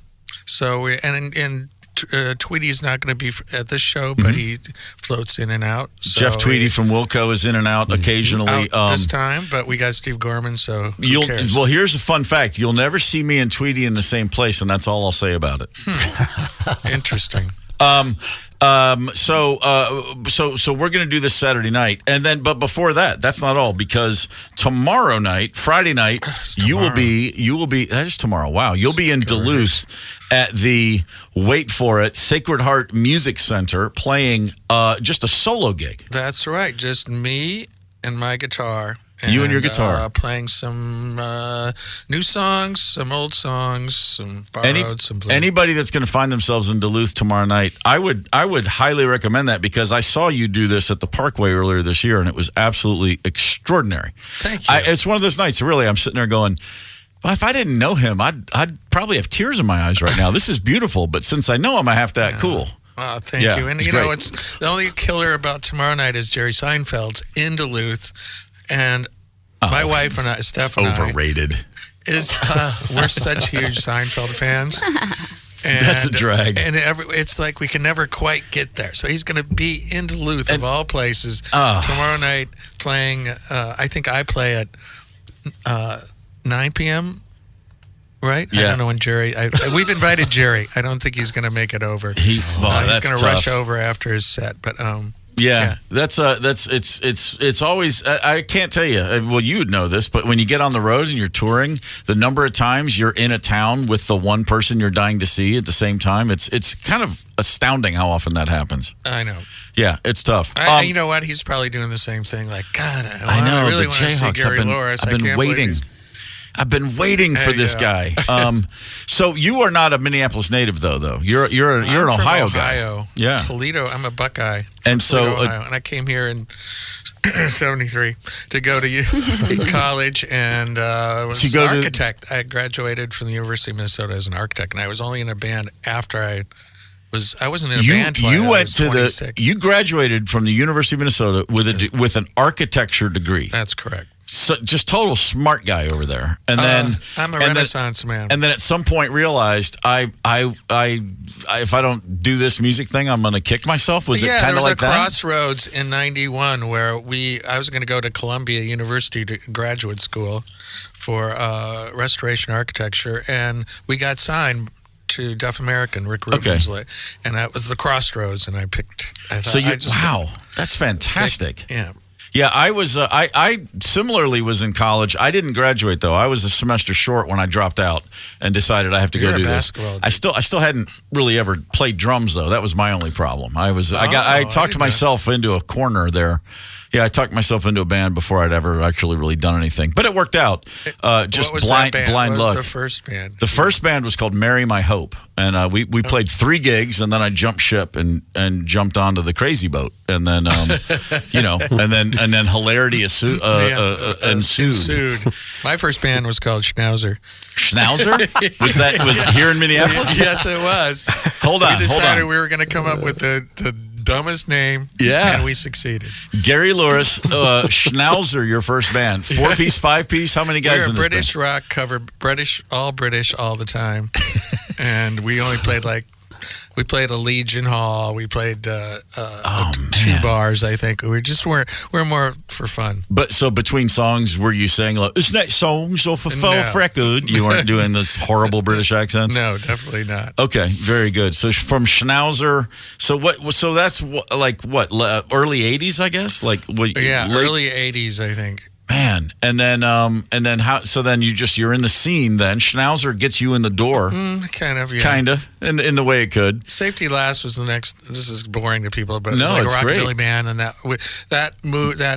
got me in the scene. Well, that's a Twin Tone Records. Well, the reason this is not boring is because you were talking about you getting yourself into a scene that was as vibrant and as important in hindsight as any music scene in the country at that time. Oh, it was. Early '80s Minneapolis is the stuff of legend for good reason. Yeah, we were on the cover of the scene was on the cover of Newsweek. I remember that. Sure.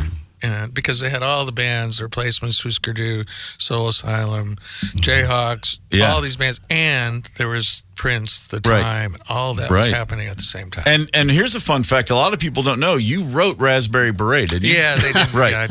Yeah, uncredited. That's okay. Little bastard stole it from you. Maybe. I don't know. It sounds good. I'd like to think you did.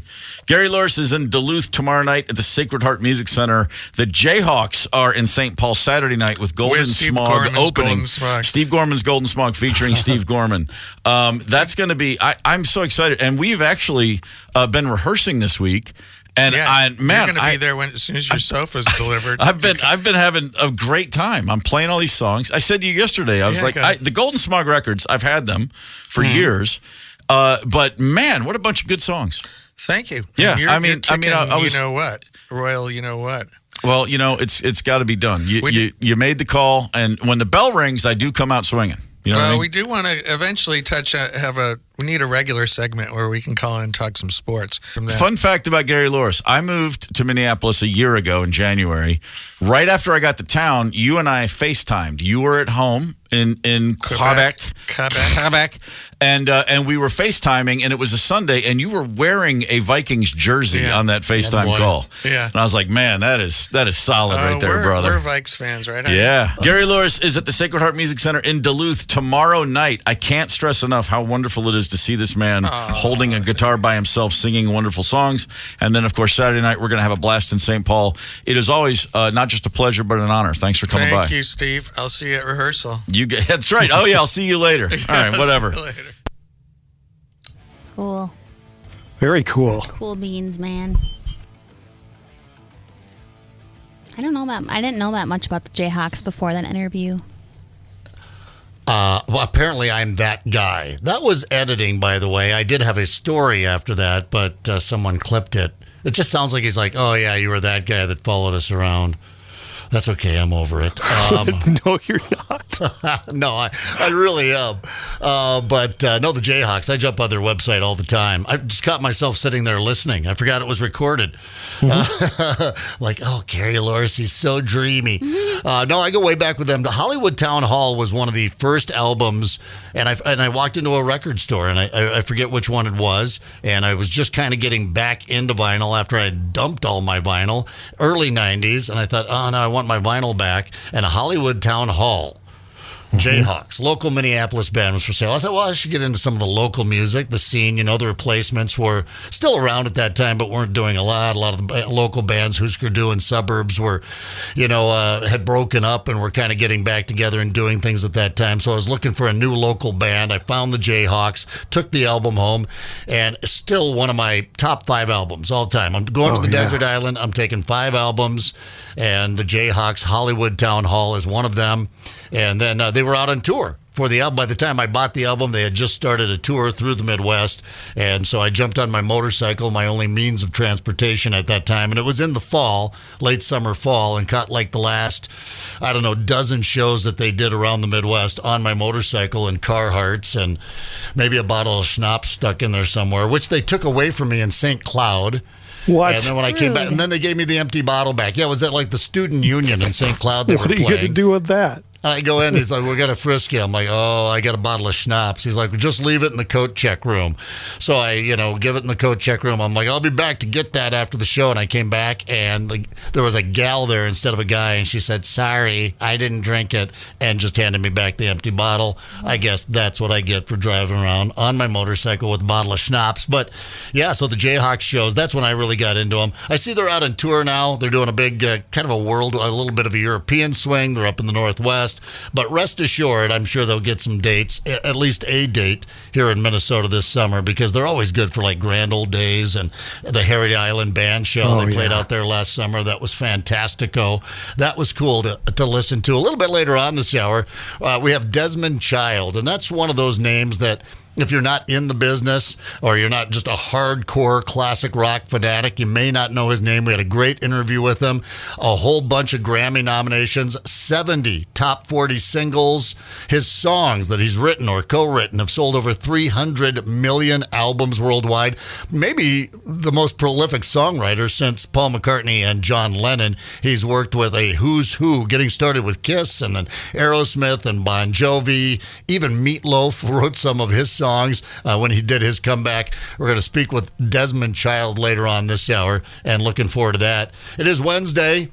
We're down a man, but it's a Would You Rather Wednesday. I know great. we used to love to dork around with this all the time. Would You Rather Wednesday, just throwing out some Would You Rather scenarios. Play along with us if you'd like. Candace, Tony, would you rather relive your best memory or erase your worst memory?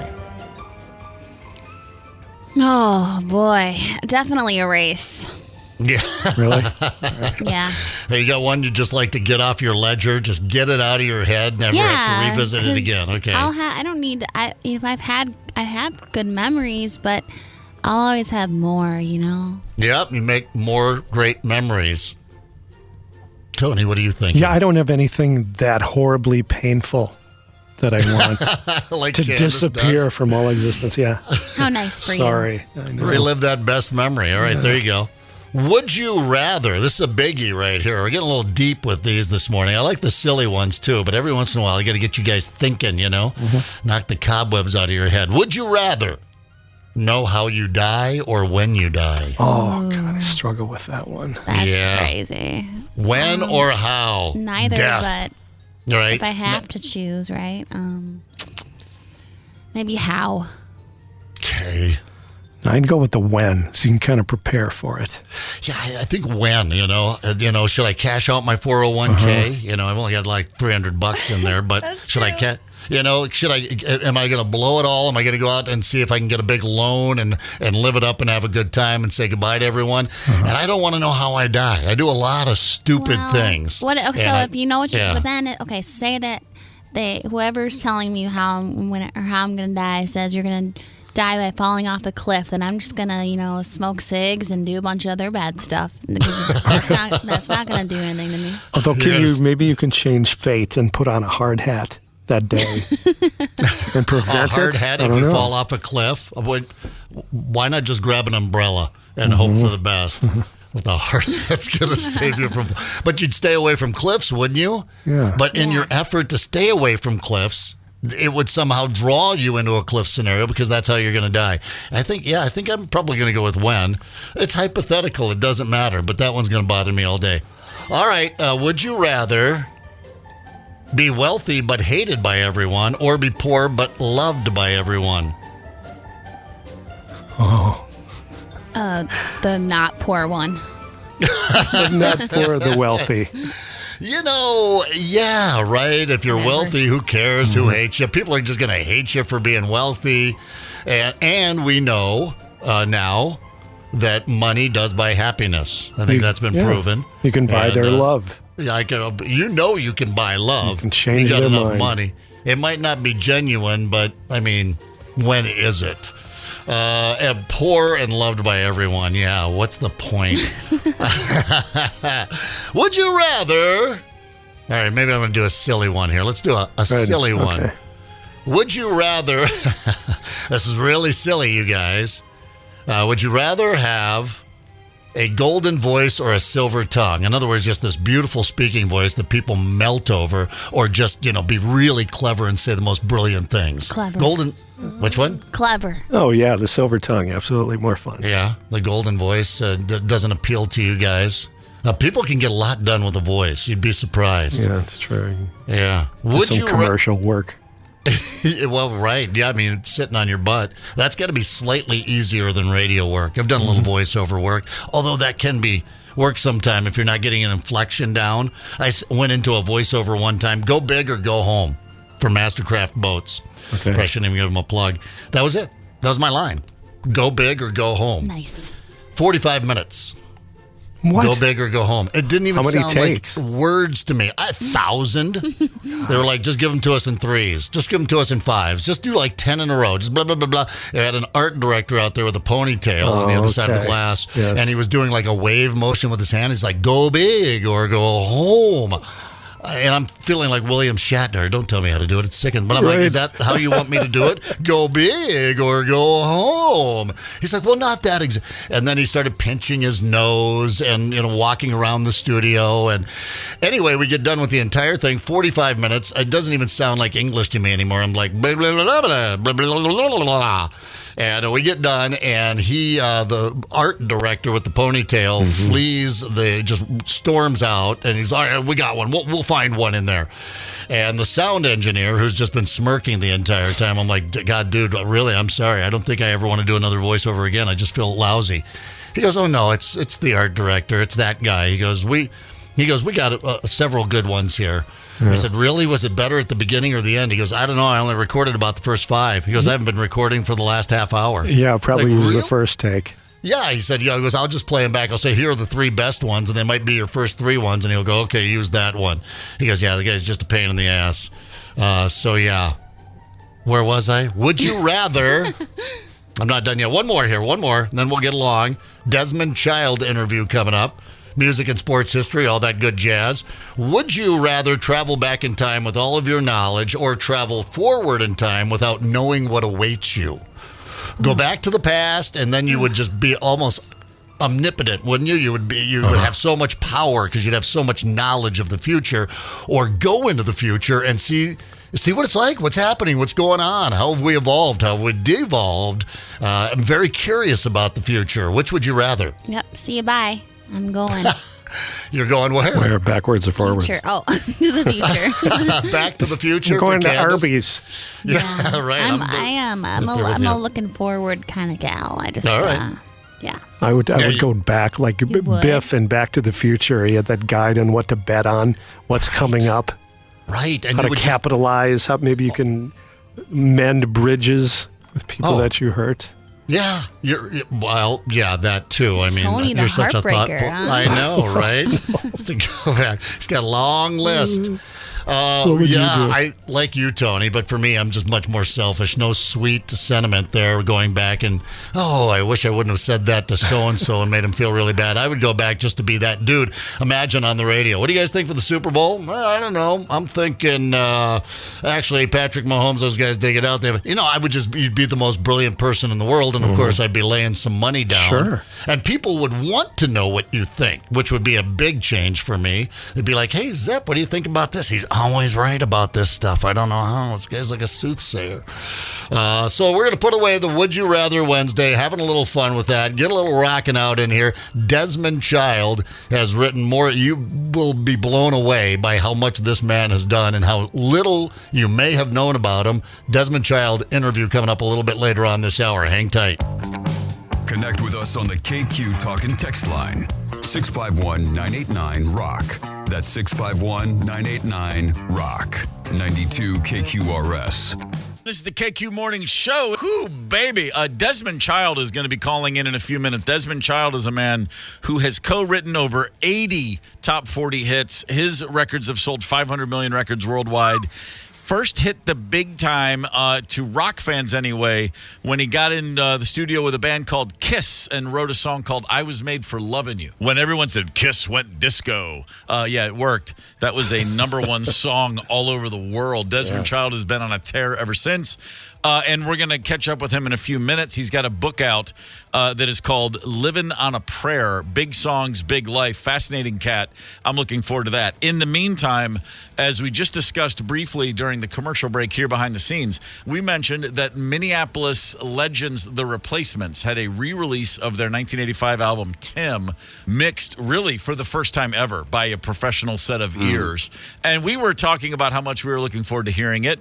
Well, The Replacements, by design, they're supposed to sound crappy. It's part of the punk aesthetic, and I totally get that. I put the record on. Rosemary and I were in the car the first time, and I said, let's listen to it. And I was not exaggerating when I went to social media to say I might stop crying soon. Yeah. Because an album that means so much to me over the years, sounding the way it sounded, blasting out of those speakers, it was like a brand new record that I already knew. It's impossible to get my arms around how much that record means to me generally, and then now to hear it this way. Yeah, I listened to it all the way through. It was very emotional. Tim, arguably their greatest album, front to back. Tim just didn't have a weak moment in there. And nope, it's absolutely fantastic. I could talk about it, but I'd rather talk with Desmond Child. We'll come back. Desmond Child joins us on the KQ Morning Show right now. Desmond, good morning, sir. Good morning. The book, Living on a Prayer, Big Songs, Big Life. Desmond, where do you even begin? If you're not going to talk about your your life story, which is fascinating in its own,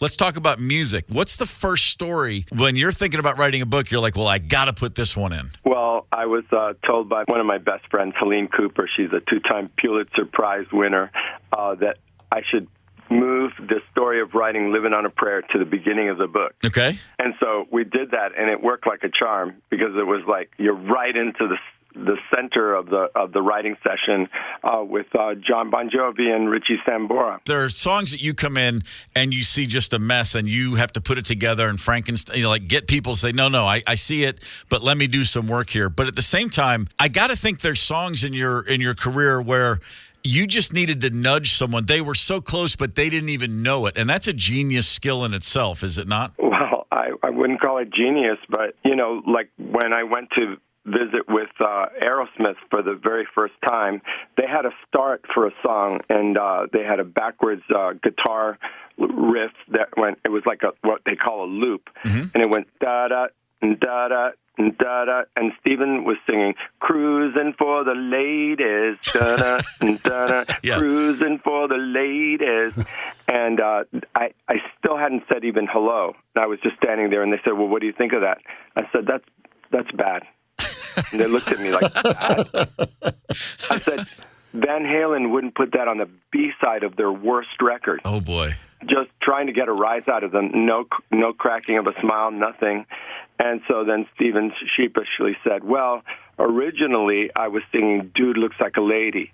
And Joe piped up and said, but we don't know what that means. And it's like, okay, I know what that means. This is a hit title. Let's do this. And so we began building the story. And, the second verse goes, never judge a book by its cover, or who you're gonna love by your lover.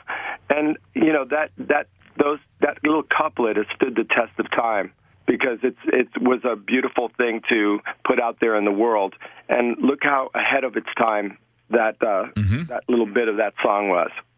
That's pretty incredible. Desmond Child's with us on the KQ Morning Show. As a guy called in, either asked in happily or called in by someone else, hey, these guys need help, you've probably experienced all kinds of reactions and responses from people saying, hey, thanks for showing up, to maybe in this situation, people looking at you like you're the enemy at first. That's true. In the case of Aerosmith, they did not want to write with an outside writer. They never had before.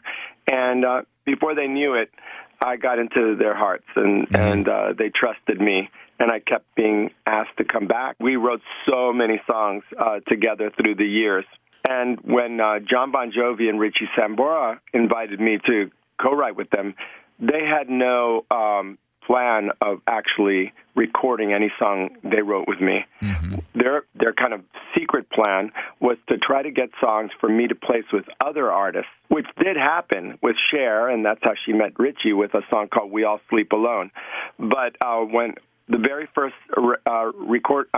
writing session, we wrote You Give Love a Bad Name, which was a title I brought in my back pocket, literally on a little piece of paper.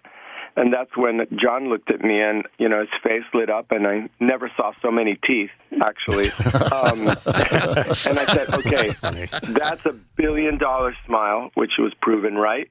And this guy's a star.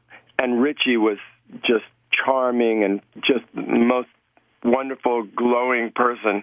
I said, these guys are winners.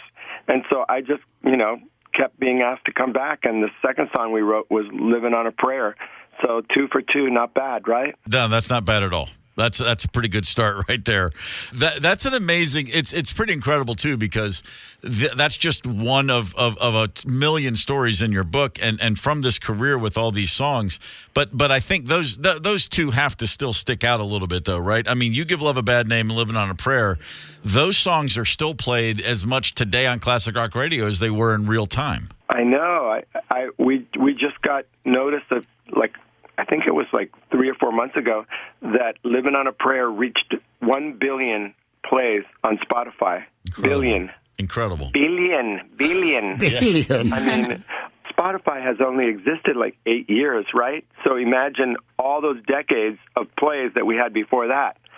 So that's the great thing about music. It gets played all over the world, and as time goes on, people fall in love with the songs. They don't even know who sang it. Yeah. They can't probably even pronounce the name of the artist. But, you go into the jungles and somebody's heard Living on a Prayer, that's for sure. Desmond, your songwriting is unparalleled for years, many, many years. We love talking about, it's a Desmond Child song. Google his name and just hit, songography or something like that, and so people can see everything that you wrote. Have you ever been in a band? You ever recorded your own music, wanted to be on that side of it? Absolutely. I always wanted to be a star. And so I had my first band, a vocal band, Desmond Child and Rouge. And we're still growing. And I sang with these gorgeous women, Maria Vidal, Diana Grasselli, and Miriam Valley. And they have just these gorgeous harmonies. We even made it to be with the musical guest of Saturday Night Live back in the day.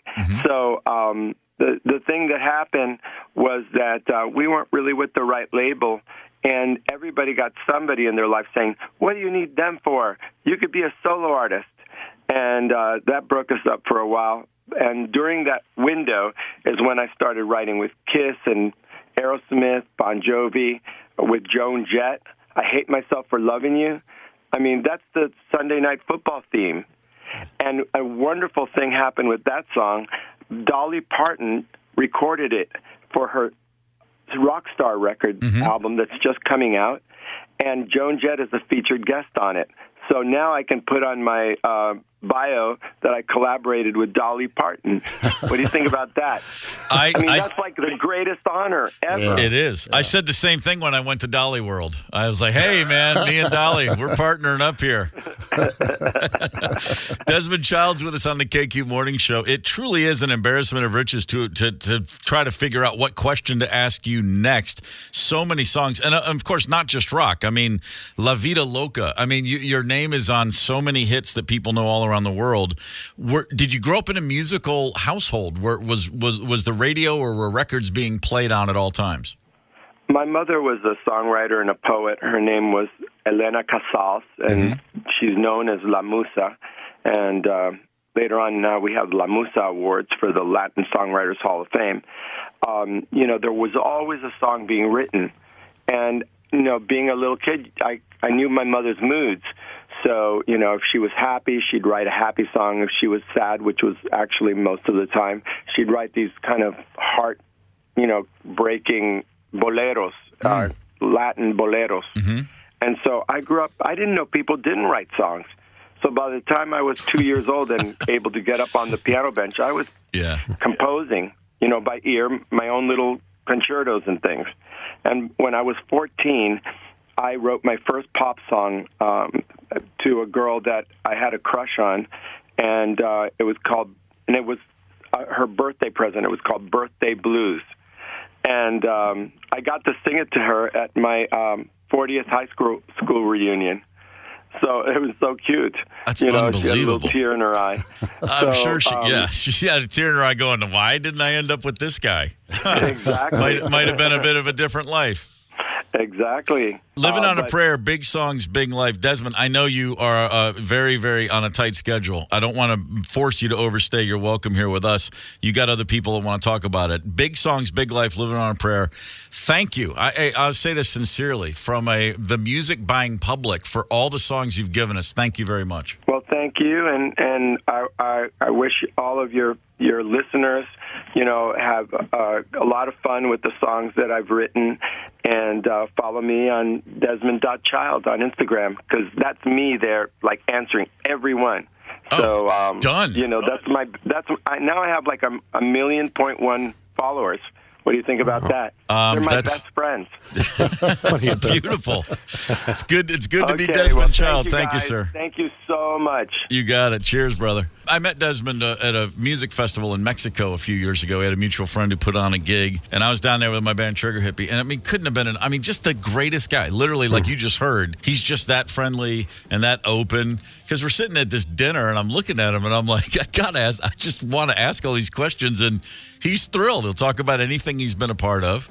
And I do think at one point I said, do you know anyone with a time machine? Because I'd like to get you in a couple sessions I was involved with along the way. That would have been helpful. Well, just Google Desmond Child songs and then sit there and just go through the songs and go, that one too. It's Poison, Alice Cooper. I mean, it just goes on and on and on. There are plenty of fixers in every, there's people that come up and punch up a script in Hollywood. Like, we got a movie, we're going to make it, but we need, someone just come in and fix the script. And they just do the window dressing, but there's a difference. You take something good and make it great. And Desmond's a guy who's come in, and as he said, he's just made some minor suggestions, but he also has gone into studios legendarily and looked at an artist and said, all of this is terrible. We're starting from scratch. Like, no, I mean, whatever you need, he is a Swiss Army knife. The guy's record speaks for himself. Anyway, I was thrilled to get a chance to say hi to him right there in the air. That's a fascinating cat.